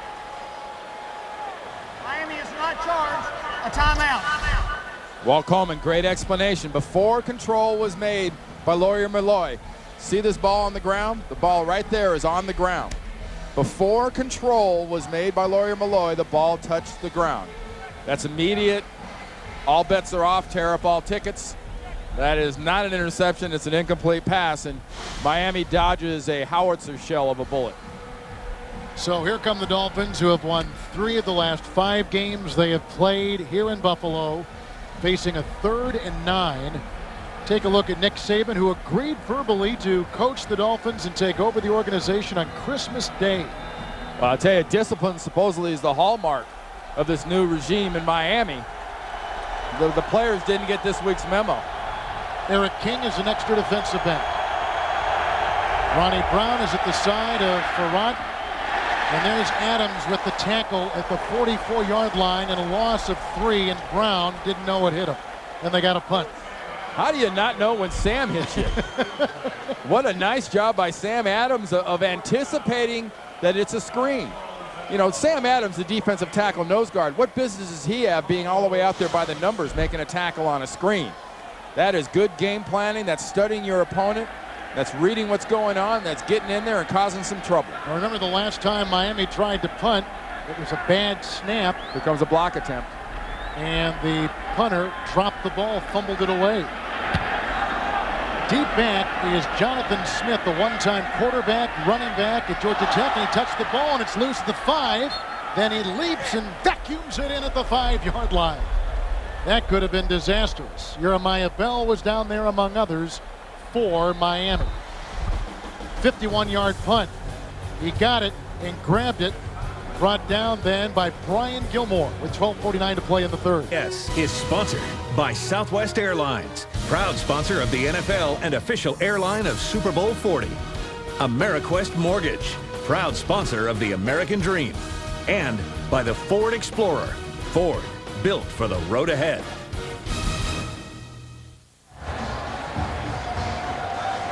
With Randy Cross, Kevin Harlan, 17-0 Buffalo. A touchdown pass by Holcomb. Holds on the receiving end there. McGahee with a touchdown run. And here on 1st and 10, the aforementioned Molds. Brought down by the rookie out of LSU, Travis Daniels. At about the 10-yard line, and it's a gain of 6 on the play, bringing up 2nd down. Well, they're going to go over to that cookie jar again. They're going to go over and test the rookie Daniels out of LSU some more. Molds got him for a touchdown in the first half, but you know, if you're Miami, you also know that Buffalo has not scored in the second half so far this year. That is their big, thing to overcome now for Buffalo. You've done a good job in the first half. See if you can score in the second half. But Miami knows in the back of Buffalo's mind the second half is something to overcome. 2nd and 3 from the 12. Willis McGahee. Tackled by Thomas. Gain of 4. He's to the 16-yard line. Well, tomorrow on CSI Miami, a murderer's confession turns the investigators against each other in a shocking new episode of CSI Miami. Tomorrow on CBS, America's most watched network. I know Zach Thomas made that tackle on that last play, Kevin, but McGahee hit him so hard that they went down. They looked like somebody had stepped in front of me and you going to the buffet. And that's a dangerous position to be in. Buffalo again started a rookie right guard, Duke Preston, because Valerio was sick. Here comes Holcomb. The pass is broken up and incomplete, intended for Molds. Flag is thrown. The coverage by Sam Madison. Sam Madison's going to get a penalty there for he had his hands on the back of the receiver. His right hand draping over the back. Pass interference, 29, defense. Automatic, first down. And these two have gone at each other for a good while, Eric Molds and Sam Madison. Watch the hand fighting. But watch Madison's right hand. Right? Held, you're right. Yeah, see him holding that inside arm so he can't get his hands back to the ball. Sometimes you get away with that, and it's just good defense. Ball at the 25. 13th penalty against the Miami Dolphins. 1st and 10. Here's McGahee. Running outside and running well. Tripped up a little bit on the far side by Taylor. He's to the 34. A gain of 9. Now, Willis McGahee told us yesterday that he did not really feeling his blown knee, which he blew in the championship game in college football in the 2003 season, was not good until this past offseason. And in spite of that, though, 700-yard rushing games here at home in Buffalo. If you want a prime part A of how do you score in the second half for the first time, get this running game going with McGahee. 33-yard line, second down one there is McGahee slipping and going down. And he lunges for a gain of 2 to about the 36, falling on his own. To New York and Greg Gumbel. All right, thanks, Kevin. In Atlanta, Tom Brady has thrown his second touchdown pass of the day. This one 33 yards to Ben Watson. It's a 21-13 New England lead, 13 minutes to play in the third. Well, Patriots lost last week at home, 41-17 to Miami. They have won after each loss so far this season. 1st and 10, 36-yard line. Outside it goes, and this is Lee Evans, who led the Big Ten in receiving his senior year. Shoved out of bounds by Howard and by Tabucky Jones. 13-yard pickup to the 49 and a first down. Yeah, Lee Evans is really, Molds has the touchdown, but Lee Evans working as the top receiver in this group. See, that's a pre-planned screen. That's thrown so that Reed can get out there and block for Lee Evans. And Lee Evans so far has really been the recipient of extra love now that Kelly Holcomb's been at quarterback for the Buffalo Bills. Shad Williams is in the slot as a receiver, as is Mark Campbell. And outside it goes on 1st and 10. And the catch is made by Shad Williams, who played at Alabama. He is drilled by Lance Schulters. The gain is 1, and they are just into Miami territory at the 49. Schulters only played 4 games last year for Tennessee, signed right before camp, a bargain at about $600,000 for the year. He's a starter in the secondary. A bargain? Well, in NFL terms, he's a bargain. A bargain? 2nd down and 2. Shad Williams again, who led the Southeastern Conference in rushing as a senior, picks up a couple. It's a gain of 2. It was 2nd and 8, and now it'll be 3rd down and 6. You know, they've got Travis Daniel out of the game. Reggie Howard, number 25, is in at that left cornerback position. And I think a lot of that is born out of the fact that, you know, Daniel, they were going after him. They were making a point of trying to challenge the rookie. So they're changing things up a little bit defensively. And now Daniel's going to be in this nickel situation. He'll be on the slot, and they're going to go into the scatter and try to see what kind of coverage they're going to get. Howard is an extra defensive back for the Miami Dolphins. They got 5 back there. 3rd down and 6. Holcomb. Here comes Taylor, and down goes Holcomb. Sacked on the play. That is the first Miami sack, and for Taylor, his 2nd of the season. And Kelly Holcomb becomes the 46th different quarterback that Taylor has sacked in his career. There's Jason right there. Just a nice hand-fighting move. You see him take Gandy and slap those hands down? That is excellent defense. That offensive lineman wants to jam him, and he knocked the hands down before he could. Here's the Mormon punt. Welker is under it at the 10. Fair caught back there. A booming 47-yard punt. Nice play by Jason Taylor, amongst the best in the NFL. 8:14 to play in the third. With Randy Cross, Kevin Harlan, we begin this Miami possession at the 10. Here's Miami today. Punt, fumble, interception, interception, and punt. And in between, they've sprinkled quite a few penalties. Quite a few. 13 would be quite a few. And in spite of that, this offense of Miami still has the firepower to get the ball down the field. But it's been the factor of guys like Sam Adams up front not only getting in Farrat's face on the pass, but also frustrating Ronnie Brown in this running game.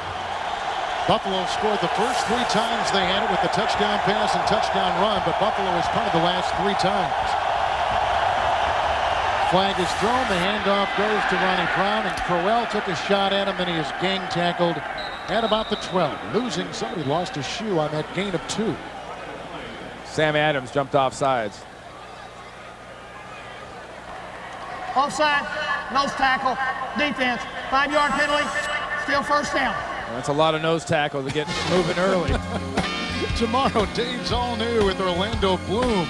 Plus music from Alicia Keys, and later this week, don't miss Woody Harrelson, Howard Dean, and New York Knicks coach Larry Brown. Dave's all new all this week on CBS, America's most watched network, with Randy Cross, Kevin Harlan. 1st and 5 at the 15. Ronnie Brown, grabbed by Aaron Schobel, who has led Buffalo in sacks the last 4 years. And a gain of 4 to the 19. And we talked to Nick Saban last night. You know, he brought up this team on the road, and it's not hard to figure out. You look at this, why he wants to emphasize this team has to win and has to establish a tradition of winning on the road. But so far today, and I got to tell you that the biggest thing has been this right here. They have given their opponent, the Buffalo Bills, multiple reshots of life. 2 tight ends on a 2nd down and 1 from the 19. And Farrat going deep, and he's looking for his receiver. What a catch by Marty Booker. He gets up, and then he is drilled by Vincent. He beat McGee. The gain is 52 yards to the 29 of the Buffalo Bills. And if you're going to do this, Nick Saban's offense has to have these kind of results. If you're going to have one safety deep, and you're going to leave your corners out there, one of those guys doesn't get help. And Gus Frerotte does a nice job of establishing and finding out which one doesn't get help. Terrence McGee is relatively close to Booker. Gets the help late on the tackle by Vincent. But excellent throw, putting that ball well out in front of his receiver and letting Booker go get it. Booker was the guy that came from Chicago in the Agulia trade. 1st and 10, 29-yard line. Ronnie Brown. And he slithers his way, gets a great block from Chambers, and he's off to the races. And Vincent tries to tag him, and he does inside the 5 at the 2. A spectacular 27-yard run. 1st and goal, Miami. What an amazing effort at the end by the rookie running back out of Auburn. I mean, good job up front by his offensive line. McIntosh, I mean, the whole group, and also down the field blocking right there, Randy McMichael. But look at this. I mean, he's twisting, he's reaching, he's turning, and he just does step out of bounds. Ball is at the 1-yard line. Jason Taylor is in as a tight end left side. 1st and goal. Farrat. And to the end zone, and caught by Will Heller in the back of the end zone. Touchdown. Heller's first career touchdown grab. And the Miami Dolphins are back in business. You know why they're back in business, Kevin? Because Buffalo made the mistake. They got the offside, set them up in 1st and 5. Couple good running plays, a long run by Ronnie Brown, a long reception by Marty Booker, and then good execution by Farrat, finishing it off with Heller. Good play action. The shutout is gone. The extra point is up and in by Olindo Mare. And a 6th touchdown of the season thrown by Farrat. That guy is 6'6". He was waived by Tampa in preseason. Vacuumed in by the Dolphins, and he just gets the touchdown pass from Farrat. 5:50. United States Army, an army of one. And by Miller. There's good enough, and there's better than it has to be. Miller, good call. Miami is on the board. Heller got his first Dolphin career touchdown reception. And that was a good-looking drive. The ex-Buccaneer swashbuckling his way free in the end zone, and now the ensuing kickoff by Olindo Mare. And this is Terrence McGee, who returned a kickoff last year, 104 yards against Miami, and he fumbles the ball, and then someone backing it in for Buffalo. It may have been McGee. At the 36-yard line, looked like McGee got it, and Bowens was jumping on him for the Miami Dolphins. It was McGee, it was Bowens. Now remember, Miami has shut down Buffalo the last 3 possessions. Let's see what happens here with 5:41 in the third. Dolphins just scored on a touchdown pass. Now our NFL.com poll question, if you had to pick right now, which of these teams with the current winning record has the best chance to represent the AFC in the Super Bowl? Cast your vote at NFL.com. Ronnie Brown, who had a big run on that drive of 27 yards, and the Marty Booker pass of 52 really is what gave them the great position on that well-orchestrated Gus Frerotte drive. 35, 1st and 10. All right. Willis McGahee. Good block by Preston. Tackle made by Jason Taylor. Rides him down at the 46, gain of 11, 1st down. Thursday on Survivor. The temperature's over 100 degrees. Some of the toughest contestants are struggling to survive. Catch TV's #1 reality show, Survivor, Thursday on CBS, America's most watched network. It was a nice job by Jason Taylor. Normally lines up on the right side as that strong linebacker. He was on the left side that time, folding all the way back around. So far, Holcomb's done a nice job of doing that. Where's Waldo / where's Jason, finding Jason Taylor. 1st and 10. Holcomb, here they come. Carter included, and it's off to the tight end, Campbell, who turns his way into Dolphin territory at the 42. Jeff Scanina makes the stop. It's a 7-yard gain. So what appeared to be maybe even a busted play, they get 7 out of it. Miami's defense, Randy, has stopped the Bills 3 consecutive times with punts. And you've seen a lot of Eric Moulds so far against Sam Madison. We saw that penalty earlier by the Miami cornerback working against Moulds, and they spent a lot of time with him out wide left. This time Evans is left. Moulds is up top at the top of the screen. 34 defense now, 2nd down 3. Willis McGahee. Grabbed by Tabucky Jones and also by Vonnie Holiday on that line. No gain. 3rd and 3. How about the Bills in the second half this year? Well, it's one of the things I mentioned earlier in this half that gives Miami not hope, but they know it's a positive in their factor because it's such a negative and has to be in the mind of the Buffalo Bills players. All they've had is field goals. I mean, they have not had a touchdown in the second half, and a team that hasn't scored in the second half, you can catch those guys, and you know they'll be looking over their shoulder expecting you to come. Howard is coming as an extra defensive back. Bowens is on the defensive line. 3rd and a short 3. Shot Williams has become the 5th receiver out of the backfield at the bottom of your screen. There's the ball. It's loose. It's a fumble. And Williams dives on the ball for Buffalo. Great pressure applied by Jason Taylor, among others. It's back to the 35. It's a loss of 19 yards. That was all about Jason Taylor. Remember, where's Waldo? Well, Waldo was at the top of the screen at defensive end, working at left end instead of his usual right, working against German, came right through that soft shoulder.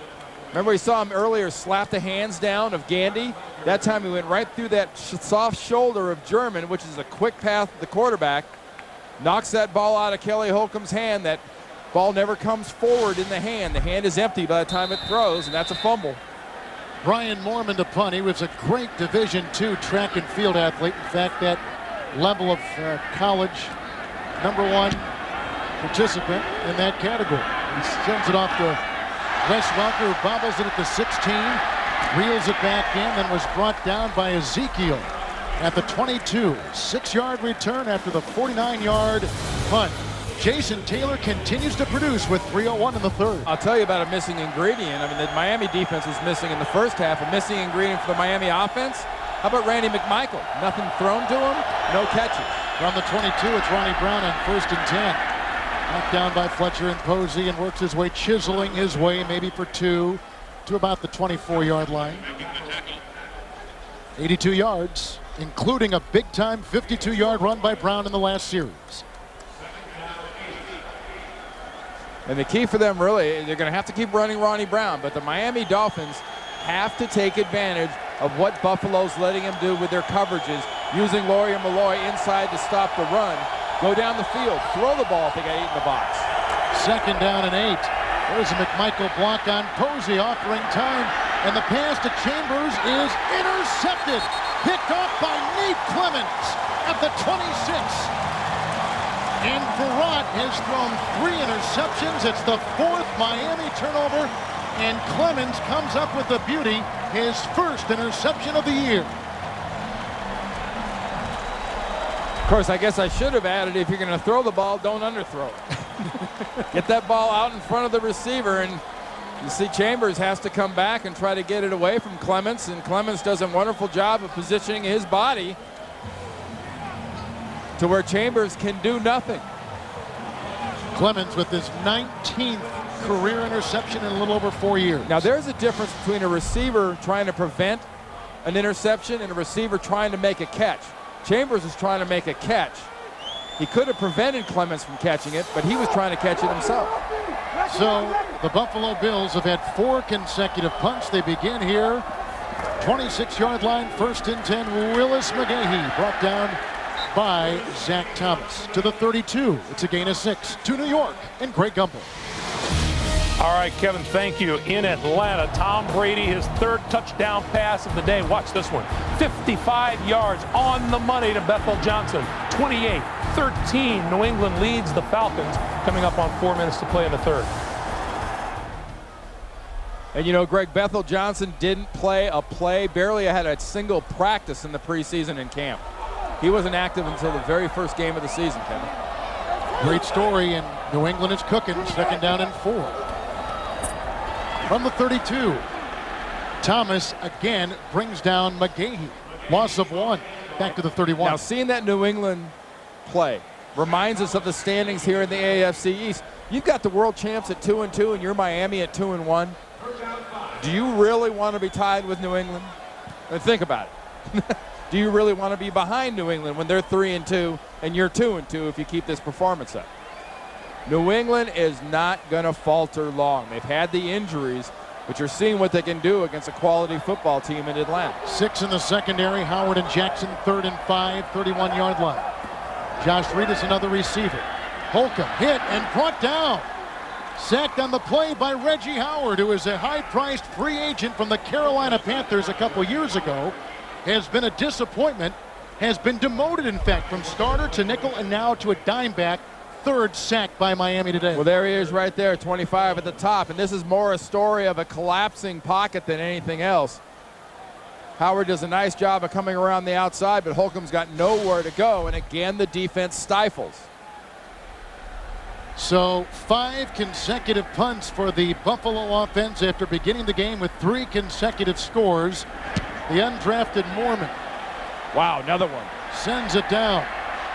Welker at the 11-yard line. Chased by Greer. Brought down by Stamer, and a flag is down. Push in the back, Kevin. I mean, that was a clear push in the back. That's a 60-yard punt.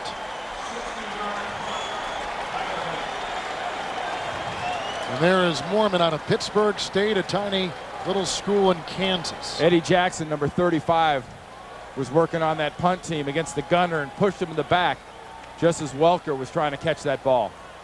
There's Jackson, who was waived by Carolina in the preseason. During the return, illegal block in the back. Return team number 37. Half the distance to the goal. 1st down.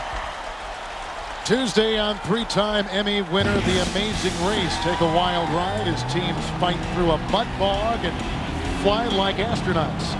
Don't miss an exciting new Amazing Race. Tuesday on CBS, America's #1 network. Flying through a mud bog like astronauts? Yeah, is that the card right? I only read what they put in front of me. A franchise record has been tied. 14 Miami penalties. In spite of that, this Buffalo defense, it's incumbent upon them right here, right now. They've got great field position opportunity to set their offense up in because the offense has struggled against the Miami defense. Nick Saban's offense with Ronnie Brown has got to get some breathing room right now. Get breathing room, then worry about getting the ball down the field. Nick Saban, who is a former defensive back at Kent State. The name Saban here in Buffalo means something. Remember Lou Saban? He coached here 9 years for a part of the 60s and some in the early 70s. He is a distant cousin of Nick Saban, the 53-year-old head coach of Miami. And they have talked, but never about football. And I don't sense very often. Well, he's talking football now. He's talking a lot of football. Because we have seen one Miami turnover after another that has not been cashed in by Buffalo, which is keeping Miami alive. And the defense in this second half has been the key to this football game. Offense has had one good drive, but this defense has really stuffed the Buffalo offense. But look at the turnovers today by Farrat in this offense. Good anticipation by McGee, a helicopter ball that Vincent gets, and then a short throw that Clements gets on the last possession by the Miami Dolphins. And they've done the right things. Nick Saban has seen the defenses they need to attack, and they've tried to attack. They just haven't been able to pull it off. So beginning at the 6, it's 1st and 10. Ronnie Brown chased by Schobel and Crowell, and then a beautiful tackle on the side by Terrence McGee. And for no gain, and that takes us to the conclusion of the third quarter. The Dolphins gaining some momentum. If they could just stop the turnovers, they're only down by 10. With the fourth quarter awaiting on CBS. Has a touchdown reception. 2nd down and 10 as we start the fourth quarter from the 6-yard line, Miami. You've got Miami backed up. If you're Buffalo, stop them on 2nd down, stop them on 3rd down, and go for a block down here. Diamond is the second time in. 2nd down and 10. And Lorenzo Diamond, who former Arizona Cardinal, is drilled by McGee at the 7, gaining 2. Make it the 8 where they spot the ball. That tackle by McGee is what's typical of this Buffalo defensive backfield. We've seen them so critical in turnovers today, but as a group, I think this might be the most technically sound tackling defensive backfield I've seen in this league this year. I mean, they know how to tackle. You can't say that for most defenders in this league. 3rd and 8. Baker and King come in the secondary as the 5th and 6th defensive backs. They need the 17. And Farrat throws, and it's caught by Chambers, and he was drilled, and he knocked the ball out of his hand at Vincent, but it is a 1st down. The catch will take him to the 29, and he picks up 21. The Buffalo sidelines trying to make the case that he never had control before that ball came spitting out. Does he have control? Got it, yes. Put it.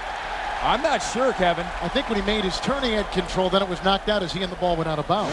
Yeah, I don't know when you look at it. You got the challenge flag is out. This is worth a challenge. This is a nice job by Mike Malarkey and his staff. Challenging the ruling on the field of a completed pass. So 14-11 to play in regulation. Miami trying to get some breathing space, and Buffalo trying to hold on and stop a 3-game lead. Remember, Buffalo is challenging this, and Walt Coleman taking a look at, does he have control? Does he take 2 steps? He doesn't catch the ball. What gets him in trouble to start with is he doesn't catch the ball. Chambers with his hands to start with. He traps it on his body. It looks like the ball's moving across his body. I'm not sure he ever really truly controlled that ball. He's got it there. Got it, and it's moving. The receiver had possession of the ball with 3 feet down before the ball came out. I agree. Wow. The ruling on the field stands. Buffalo will be charged with a timeout. I don't know what's more surprising, the fact that he was ruled to have control or the fact that he's got 3 feet. That's shocking. Miami's first 3rd down conversion today. So 1, 2, 3 before the ball comes out is what Walt Coleman has ruled. The ball is at the 30. It's a 21-yard reception by Chambers. Remember that breathing room now we're talking about for Miami? We originally said it had to come from Ronnie Brown in the running game because they were backed up. Well, they got their breathing room with Chris Chambers in the catch. Now they've got what they want. Now they can run their offense. Malloy's down in the box at about the 35-yard line. There are 2 tight ends in for Miami. No changes for the Buffalo defense. 1st and 10. Gus Frerotte chased by Kelsey and wins it on the side for Chambers. An uncatchable pass tailed by Lawyer Milloy, incomplete.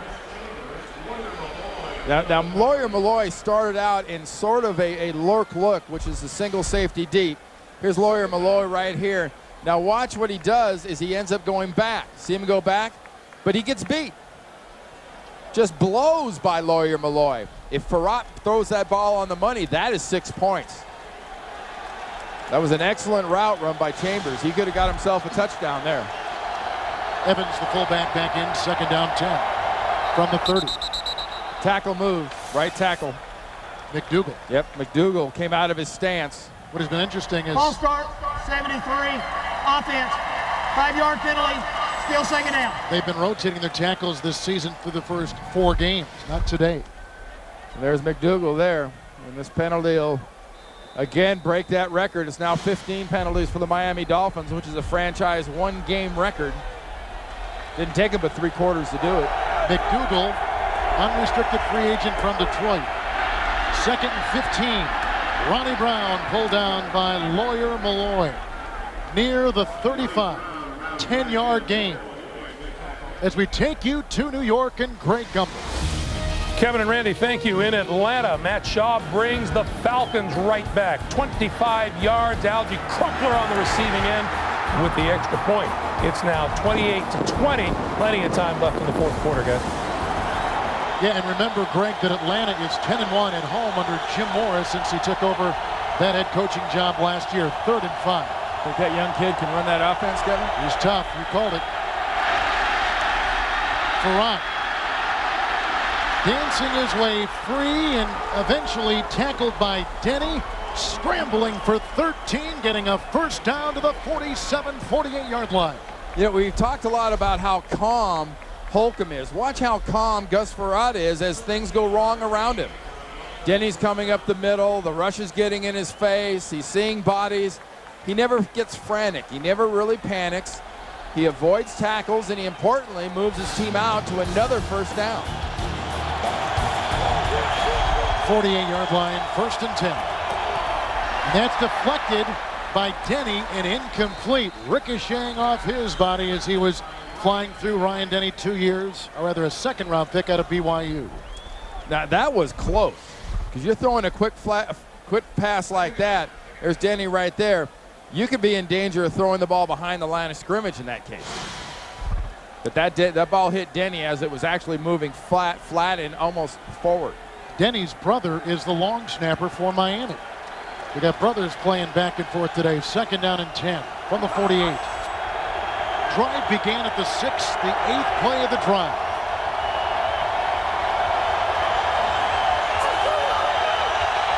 Buffalo just checked off to a cover 2, and they caused a penalty. Probably delay a game. Great job. Lawyer Milloy was down in that safety position. Delay of the game. Offense, 5-yard penalty, still 2nd down.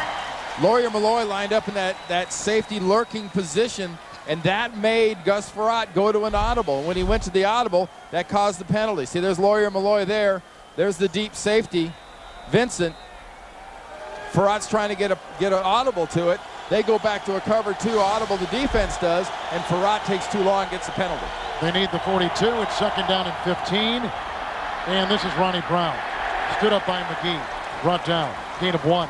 44-yard line. Randy, you are so right in how these defensive backs are just drilling everybody that comes in their area. Yeah, all 4 of the starters. You know, both corners in this case. You know, when you're talking about Clements and McGee, tackle exceptionally well, and Milloy and Vincent are very aggressive defenders, especially Milloy. You got Heath Evans and Lawyer Milloy there getting a little bit of a you push me, I'll push you, maybe I'll headbutt you deal. But 3rd and 14, Baker and Greer are in the secondary along with King, extra defensive backs. Sammy Morris is back in after having a hamstring injury. Here's Frerotte. And he throws incomplete to Wes Welker, who has taken that 3rd receiver spot away from David Boston. Miami has got a punt, and the coverage on the play by the rookie from Wake Forest, Eric King. And another weapon that's been taken out of Nick Saban's arsenal offensively is Randy McMichael. They haven't thrown it to him. He doesn't have a catch. He's been doing a nice job blocking, but he just got an $18 million contract extension down in Miami. I'm pretty sure they didn't write on that check to block. He had 15 catches coming into today, which was in the top 5 among tight ends in the AFC. Jonathan Smith makes the fair catch at about the 20-yard line, a 36-yard punt. McMichael has had a touchdown reception in the first 3 games this season, but today being shut out. Jethro Bodine, he's a triple-aught style. With Randy Cross, Kevin Harlan, both quarterbacks have thrown a touchdown pass. McGahee's had a touchdown run.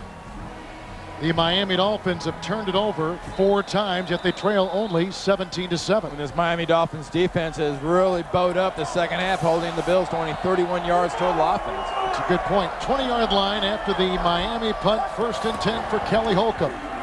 Willis McGahee, tracked by Tabucky Jones, who has been on a lot of tackles today. Madison there as well. No gain on the play.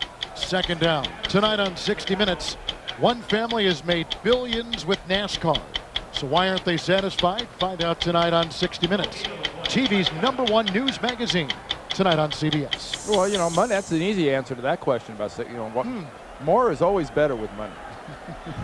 If you've made billions, I think more billions sounds better than regular billions. 2nd down 10.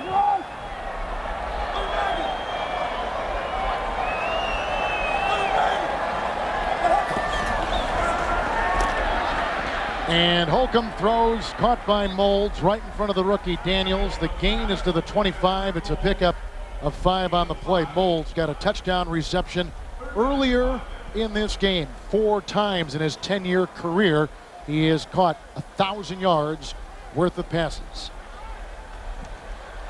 It was a big day, a big first half for Holcomb. And there's his wife, Lori.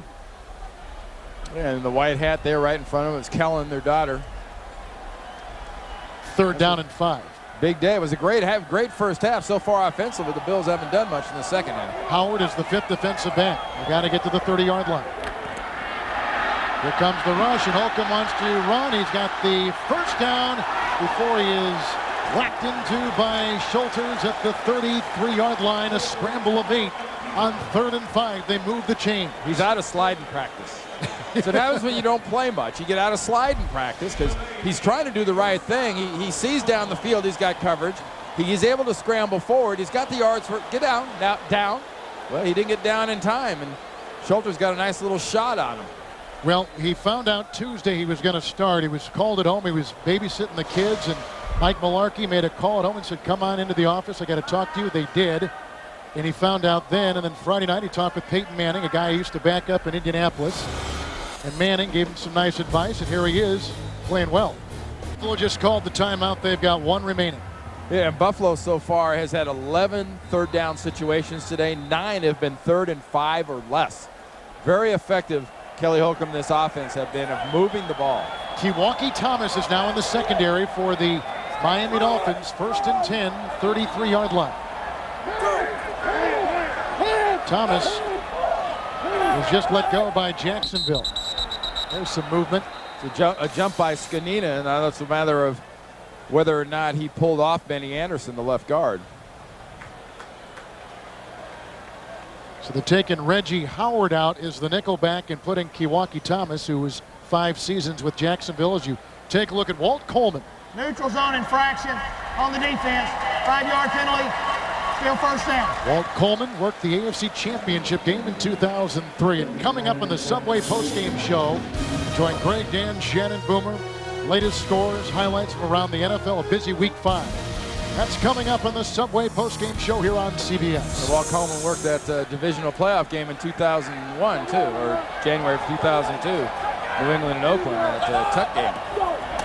38-yard line, 1st and 5. McGahee fumbles the ball. Looks like Miami has jumped on it. It's either Zach Thomas or Jeff Scanina. Scanina jumps on the ball. The first Buffalo turnover, and 35-year-old Jeff Scanina, a long time ago Big Ten Player of the Year, who's been a journeyman, making a big corral, and look at where Miami will start it at the 35-yard line of Buffalo. Well, Scanino's found himself a home here, and this is all about the handoff between McGahee and Holcomb.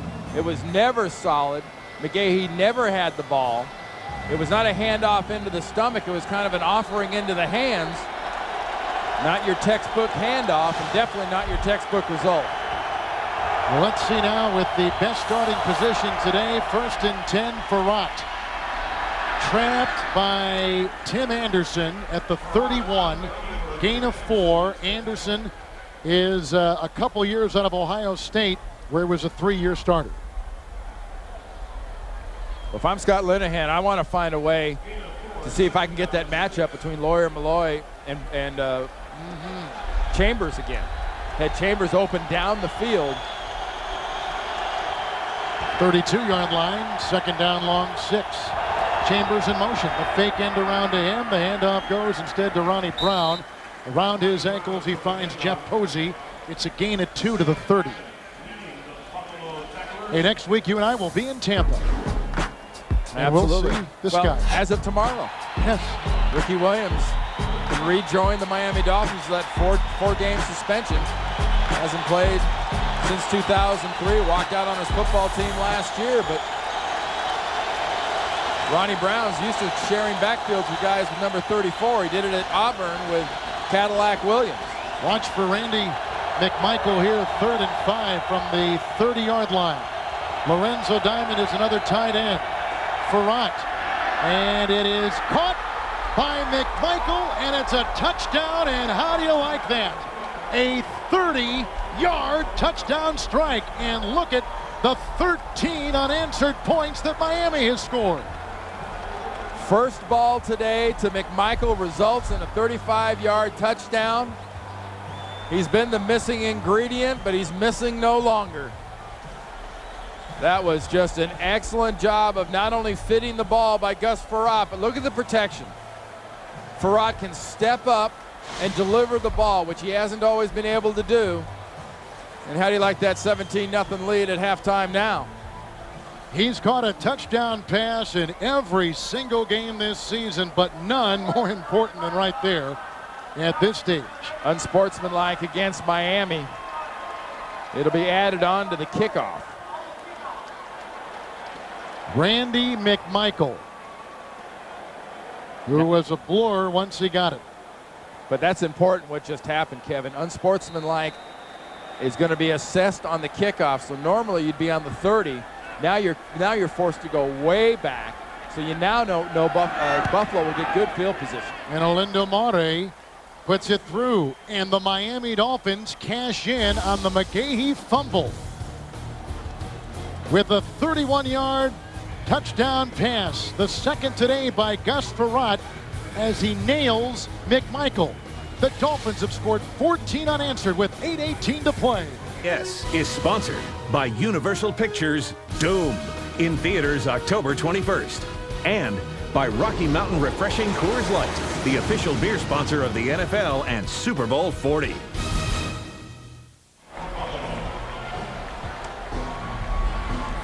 McMichael just makes a great play, and a throw by Frerotte. A touchdown brings Miami to within 3. 18 penalties on Miami today. You can see right now some historical marks coming up. But he also got himself a taunting penalty. That was on McMichael for taunting Lawyer Malloy, kicking from the 15-yard line. And Marae's got a kickoff, as Randy said, from deep in his own zone. This brings McGee from the 15-yard line. He returned last year a kickoff return against the Miami Dolphins, and takes this down to the 30-yard line before he is brought down by Travis Minor at the 32-yard line. A 53-yard return. Oh, if he runs straight, he might have a touchdown. Comes up a little gimpy, but watch the touchdown here. McGee is beaten for the touchdown. Watch McMichael with the ball. He's crossed the goal line, kind of holding it out and taunting like that from Malloy. Is where you got the penalty. Result, McGee catches it on the 15. What was it, go west, young man? How about go straight, young man? Don't cut back. There's people in there. Go straight. That is the longest kickoff return allowed by Miami this season. 33-yard line. Buffalo has it 1st and 10, their best beginning field position today. Kevin, remember, Buffalo still no touchdowns in the second half so far this season. Neufeld is the second tight end. The pitch out to McGahee. And tripped up by Sam Madison. Loss of a yard back to the 34. See, coming into the game, remember, you've got 2-1 Miami. Trying to keep control of this division. New England's down in Atlanta, and right now they're leading. You want to keep that bulge. If you're Nick Saban, you want to keep that little lead you've got on a team like that. Mike Mularkey made a quarterback change, went to Kelly Holcomb. First half worked perfectly. Second half, that change and everything else about the offense has slowed down. Molds comes out of the backfield, 2nd down 11. Shelton is the wingback, the fullback. And here comes Holcomb. Running again, head down into the defense of Vonnie Holliday at about the 31-yard line, gain of 3. See, you would see that normally, and you see the defender, Tabucky Jones, goes diving over the quarterback. You go, wait, you get a penalty. Well, Holcomb went head first. He didn't slide. He wasn't giving himself up. So if a quarterback wants to dive head first, a defender can go after him any way he wants. He hasn't been touched. He hasn't been down. He's live bait. Kiwaki Thomas comes in as a nickelback, a 5th defensive back for Miami. 3rd down and 8. They need the 23. They need a first down, what Buffalo needs. Miami's done a great job in this second half defensively. Josh Reed is the 3rd Buffalo receiver. Caught by Mold, slashing in front of Madison. He's got the first down to the 14-yard line. He picks up 17 on 3rd and 8 to the 14. Watch Molds use his body, Kevin. He gets between Holcomb and Madison, the cornerback. Use the body, turn your chest, take the ball. That's just quick time. I don't know if that can be defended. I don't care how good a cornerback Sam Madison or anybody else is. A big physical receiver like Molds uses his body like that, and the quarterback's able to get the ball out in front of him. That's almost just indefensible. Jason Peters is now another tight end. They got 2 of them in there. 1st and 10 from the 14. Willis McGahee submarines his way into Junior Seau. The gain is to the 12 and a pickup of 2 yards. We're talking about this defense and the job they've done. Look at the 4 second half possessions of the Buffalo Bills. You had that fumble / bad handoff between Holcomb and McGahee on that last possession. That's been the key really to this Miami comeback in the second half, has been the play of that defense. Holcomb in this half has gone 6 of 6 throwing. It is a 2nd down and 8. Here comes the rush by Kevin Carter, and he throws it backwards. It's a lateral, and it's out of bounds at about the 25-yard line. That's backwards. They've got to mark the ball back where it went out of bounds. Which is about the 25 or 26. I don't care. I mean, they might be debating about that's grounding. It's got to be a forward pass for it to be grounding. That's backwards.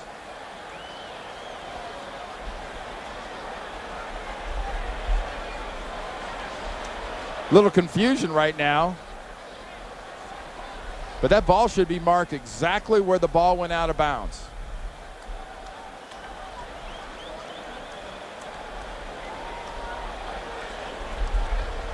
Remember, it was 2nd and 8 on about the 13 or 12 yard line.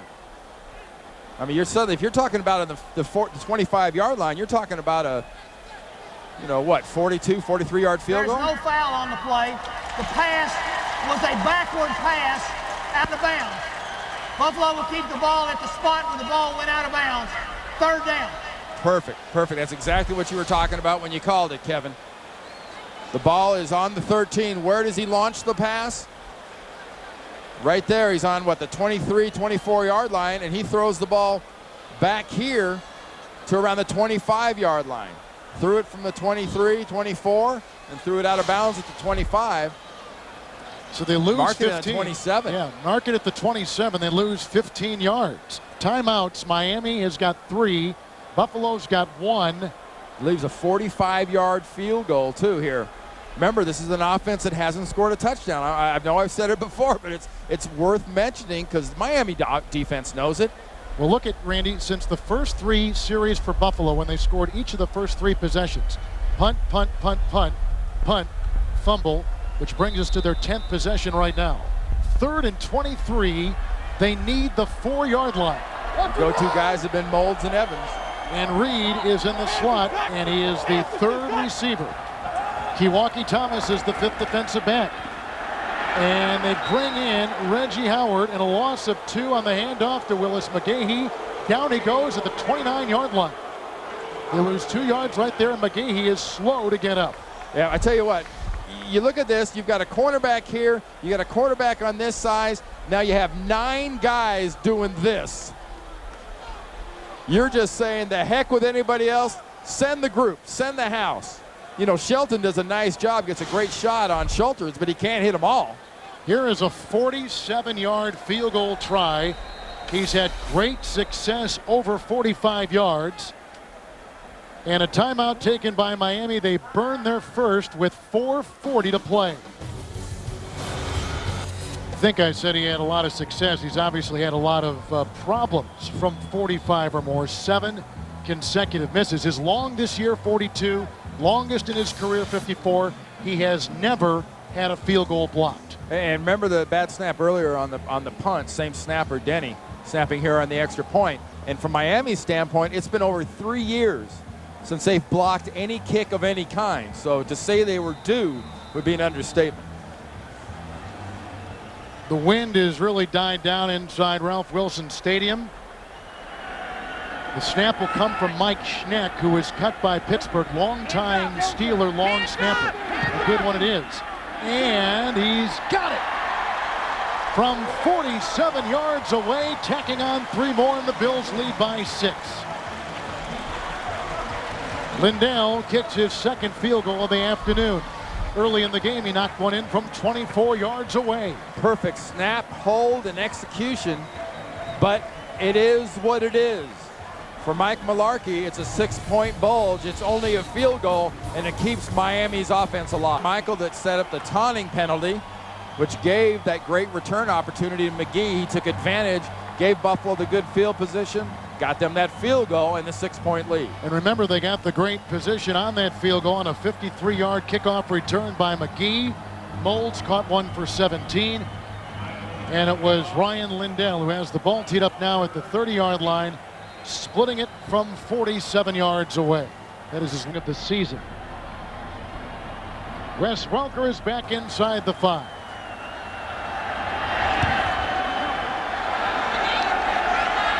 Welker had a kickoff return for a touchdown last season for Miami. And he's brought down by Rashad Baker. At the 29-yard line, that is a return of 24 yards. Tonight on 60 Minutes, meet the master thief who stole millions from the mansions of the rich. How did he do it? Find out tonight on TV's #1 news magazine, 60 Minutes. Followed by a new episode of Cold Case and the true story of the hunt for the BTK killer. Tonight on CBS, America's most watched network, on the 29, 1st and 10 Miami. And Miami right now is in the touchdown business, not the field goal business. 5th defensive back is Eric King. Farrat, pocket crumbles, dumps it out, caught by Ronnie Brown, who in turn was caught by Angelo Crowell. 37-yard line, gain of 8. Uh-oh, and yeah, look at Farrat. Yeah, he's limping. He got grabbed around the ankles. Happens right at the very end at the throw. By Ryan Denny. Yeah, Denny, number 92, rolls up on his ankle. Farrat is in pain. 2nd down, 2, 37-yard line. Ronnie Brown, and he's grabbed by the former WAC Defensive Player of the Year, Aaron Schobel. It's a gain of 4. He's to the 40-yard line, and he's got the first down. Now we're getting to that time of the game, too, with about 3:45 left. Remember timeouts. Miami has 2. Buffalo has 1. The only way you could see Miami settling for a field goal in this instance is to get down the field quick. If they got down the field quick and then got stymied, kick it with some time left. But otherwise, you're talking right now, you can settle for nothing less than a 1-point lead, 21-20 if you're the Miami Dolphins. Again, 5 in the secondary for Buffalo. It is a first down. Welker is the 3rd wide receiver in the slot from the 40-yard line. 1st and 10. Across, that's Welker at the 47. Grabbed by Vincent and picks up 8 on the play. Mark him at the 48-yard line to be exact. An excellent job by Gus Farrat. Recognize he's getting that kind of look again with one single safety deep. All right? So if you're going to get a blitz and that look, you got to hit the quick receiver. have to cement this back again. The AFC East, Miami's looking to stay ahead. They want to be 3-1. If New England wins in Atlanta, it ends up 3-2. Miami has got 2 tight ends, and they've got 2 timeouts. Here's a 2nd and 2 pass, and it's caught by Chambers, who is belted by Denny, and he tumbles to the 46, picking up 7. It's a first down. Gus Frerotte doing a nice job. He's very familiar. Remember, we talked about the travels of Frerotte earlier, but you know, he was with Scott Linehan in Minnesota. He knows this offense. So he's able to look at these looks, see the different defensive alignments, and he knows exactly where to go with the ball. 5 in the secondary remaining. 45-yard line, 1st and 10. Giving him the quick pass. Gus Frerotte with time, and the throw caught by Booker in front of McGee. 30-yard line. No, incomplete. Hit the ground. Incomplete pass. And I think Booker had a beat on his coverage. Oh, I tell you, they're giving him such a soft look. They're almost giving him these completions. 2-minute warning with Miami coming back, down 20-14. Subway postgame show on deck from New York. Greg, Dan, Shannon, Boomer have all the latest NFL scores and highlights. Miami's got 2 timeouts. Buffalo has 1. We're at the 2-minute warning. Miami is moving. They started this drive at their 29, but right now at the 45 of Buffalo. 2nd and 10. Trail by 6, like we said, they're in the touchdown business. McMichael and Brown at the side of the 34-year-old Frerotte. And he throws to Welker, who makes the grab right in front of the young rookie Eric King out of Wake Forest. The gain is to the 29, 16-yard pickup and a Miami first down. Gus Frerotte, look at the arch on this ball. Watch it come in. He drops this into Welker. In the face of a blitz, with people about to put a shot right in his kitchen, he lobs this perfect pass to Welker. Welker, Chambers, Booker are the receivers. McMichael is in the backfield with Brown. The quarterback, Frerotte, 1st and 10, 29. Dumps it off on the side, caught by Ronnie Brown. Dances into the grasp of Angelo Crowell. The gain takes him to the 25. It's a pickup of 4. Clock is at 1:47. And like you mentioned earlier today, don't forget about Randy McMichael. You had him on that last possession from about 35 yards out. If you're the Buffalo Bills, specifically if you're Lawyer Malloy, you want to be sure, if you're lurking down in that box, don't lurk and lose Randy McMichael. Denny, Adams, Kelsey, Schobel on the defensive line for Buffalo. 2nd down, 6. 25-yard line. Frerotte, Ronnie Brown hurdles the defender and taking a fumble on the play, and Buffalo is recovered at the 18-yard line. A rookie has fumbled 5 Miami turnovers with 1:37 to play. And it was Troy Vincent. Who else? The ex-Miami Dolphin from the early 90s. Miami's trying to say he was down by contact. Watch. Was he down before the ball comes out? It's that left knee. 2 cheeks equal 1 knee. But it's the watch the left leg. Is Or the his knee bottom. down before the ball's out? It can only be reviewed Remember, upstairs. yeah, it's inside of 2 minutes. So if this does come out as a review, it's going to have to come from upstairs. His right knee, maybe, Randy, huh? Look at his lower body. What part of his lower body? Does it contact the ground before the ball is jarred loose here? Ball's loose and out. It officially is a review upstairs while Coleman will head to the hood. And he's going to see exactly what you just saw.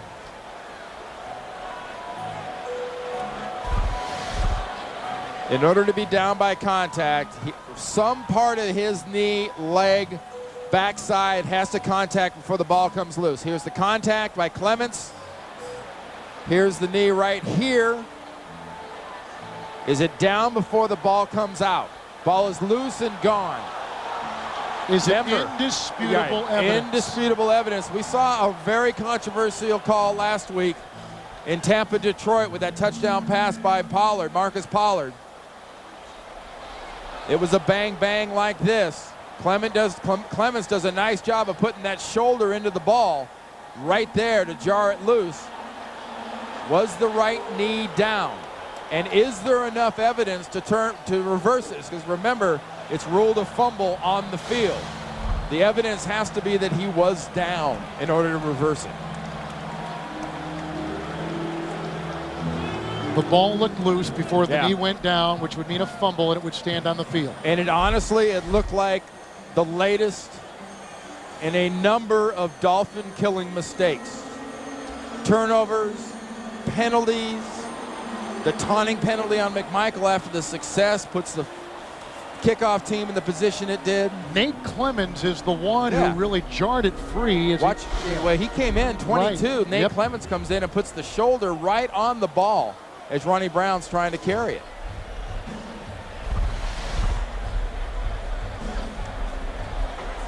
See, here's Nate Clemens. Watch his left shoulder come through the ball. See that? Right through the ball. There goes the ball. It's loose.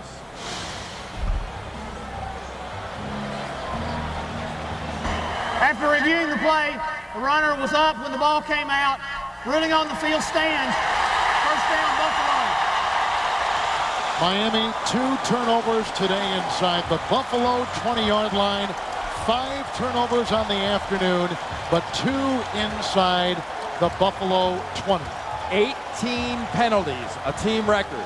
A bad punt snap. 3 interceptions, 1 in the red zone. 2 fumbles. Miami's got 2 timeouts. Randy Buffalo has 1. That many mistakes to get you beat on a bye week. Which is what they had last week. They didn't come back.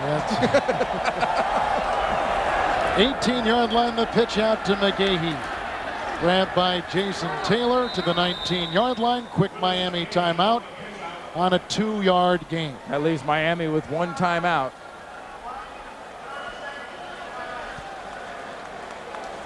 Clemens has also had an interception today. You talked about the importance of this game, Kevin, in the context of Miami and then the Jets as divisional opponents. And then you got another 1-3 team, Oakland, over on the other side of the world, coming up in 2 weeks. Then you go back into the division against New England. So, you know, Mike Mularkey made this change with Kelly Holcomb at quarterback.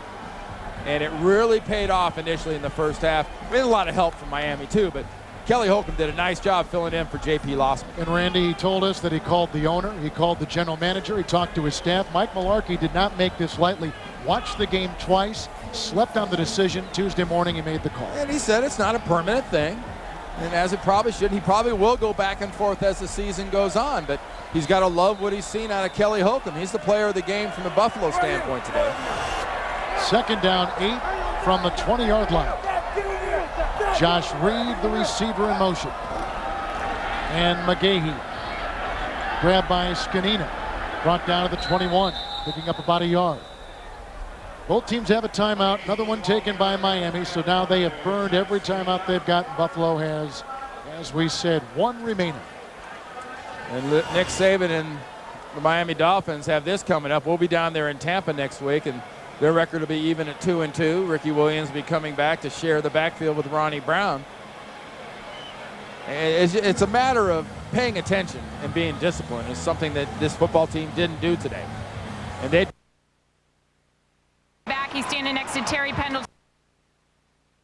And the only reason I don't include anybody defensively is because you had to pick a player of the game defensively for the Buffalo Bills. You'd have to pick the entire defensive backfield, because they've been the ones that have been involved in confusing Gus Frerotte at times, and then causing the turnovers. McGee in the turnovers and the returns. Clemens gets an interception and causes a fumble. Vincent gets himself an interception.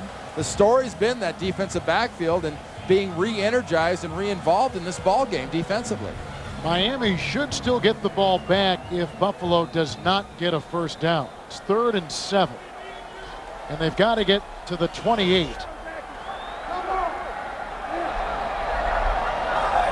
Aiken is the second receiver with Reed. And McGahee got a block from Campbell, and that will seal the win. There goes a flag, and there goes McGahee. It's going to be holding against Buffalo, Kevin. Madison brought him down, but they will bring it back, and the flag will go on the Buffalo Bills with 1:14 to play.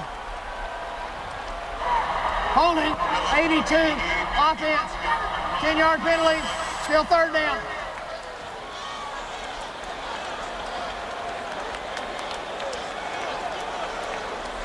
It's probably on Josh Reed. Well, they've got Josh Reed as a holding. They probably also could have thrown one on Mark Campbell, who also comes off here at tight end and gives it the old, I got him, and then my hands are up, working against Kevin Carter.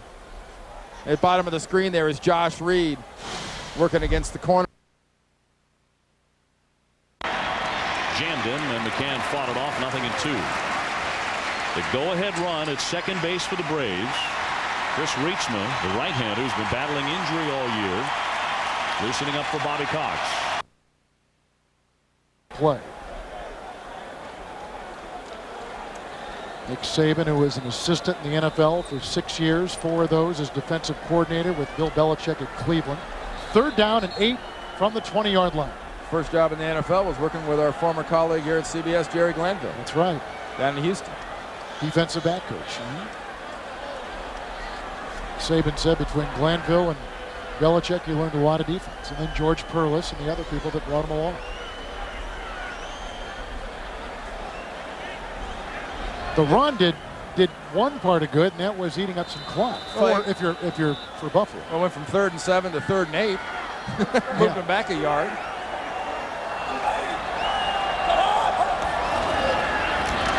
Gahey again, and grabbed by Zach Thomas. No gain. 4th down. Buffalo's got a punt. Miami cannot stop the clock. Out of timeouts. The clock is at 1 minute. The play clock is at 30. So if you're the punter or you're the snapper, you take this all the way down. You either signal for the ball at about 2 and let the guy give it to you and make this long snap. Brian Moorman, who has had 1 blocked in his career, never had 1 returned against him for a touchdown. We'll let this tick off. And then call the timeout. And now Buffalo is empty. They are out of timeouts as well. Now that was very, very well handled. By Mike Malarkey. Yeah, it really was. I mean, that's how you run as much clock time as you possibly can there on that 4th down. But now it's worth mentioning, we have no timeouts left now for either team. So what do you do if you're Miami? Well, you've got 2 ways to go here. Do you set up the return and try to get a good returner like Wes Welker some room? But remember, Moorman, the punter for Buffalo, has absolutely blasted kicks. I mean, his average today. But made easy with Dell and Microsoft. So I think if I was the Miami Dolphins here, I'd be awfully tempted to go for the block. The last time Miami blocked the punt was Christmas of 2000 against New England. I broadcast that game. That was a game where they had to come back out and play. Johnny Greer was our official. Moorman gets the Mike Schneck punt snap. And here comes Wes Welker. And he is whacked by Ezekiel at the 47-yard line. 15-yard return, 42-yard punt. And now Gus Frerotte with no timeouts and 21 seconds on the 4th quarter clock will take his team out to the field. This is very, very doable, but it obviously eliminates everything between the numbers. If you do throw to somebody in that position, he better be crossing, and he better be wide open and clear and able to get to the sideline and get out of bounds. Everything has to happen from the numbers and out. 5 in the secondary. And Frerotte gets away from Schobel, then he's brought down by Kelsey. That'll do it. And that will be a loss of 10 as the clock continues to tick, and they want to spike it to get one more play. And they do with 1 second remaining in regulation. Chris Chambers had to come all the way back. He was in the end zone. had to sprint all the way back to 55, 60 yards to get back in time for Farrat to be able to snap that ball. Talking about some clutch defense today for the Buffalo Bills. They've had some great plays, and Chris Kelsey, and that sack is just the latest of a large number of gotta-have-it plays made by this defense. 1 second remaining in regulation. And here comes Kenny, and that's Buffalo's nail in the coffin.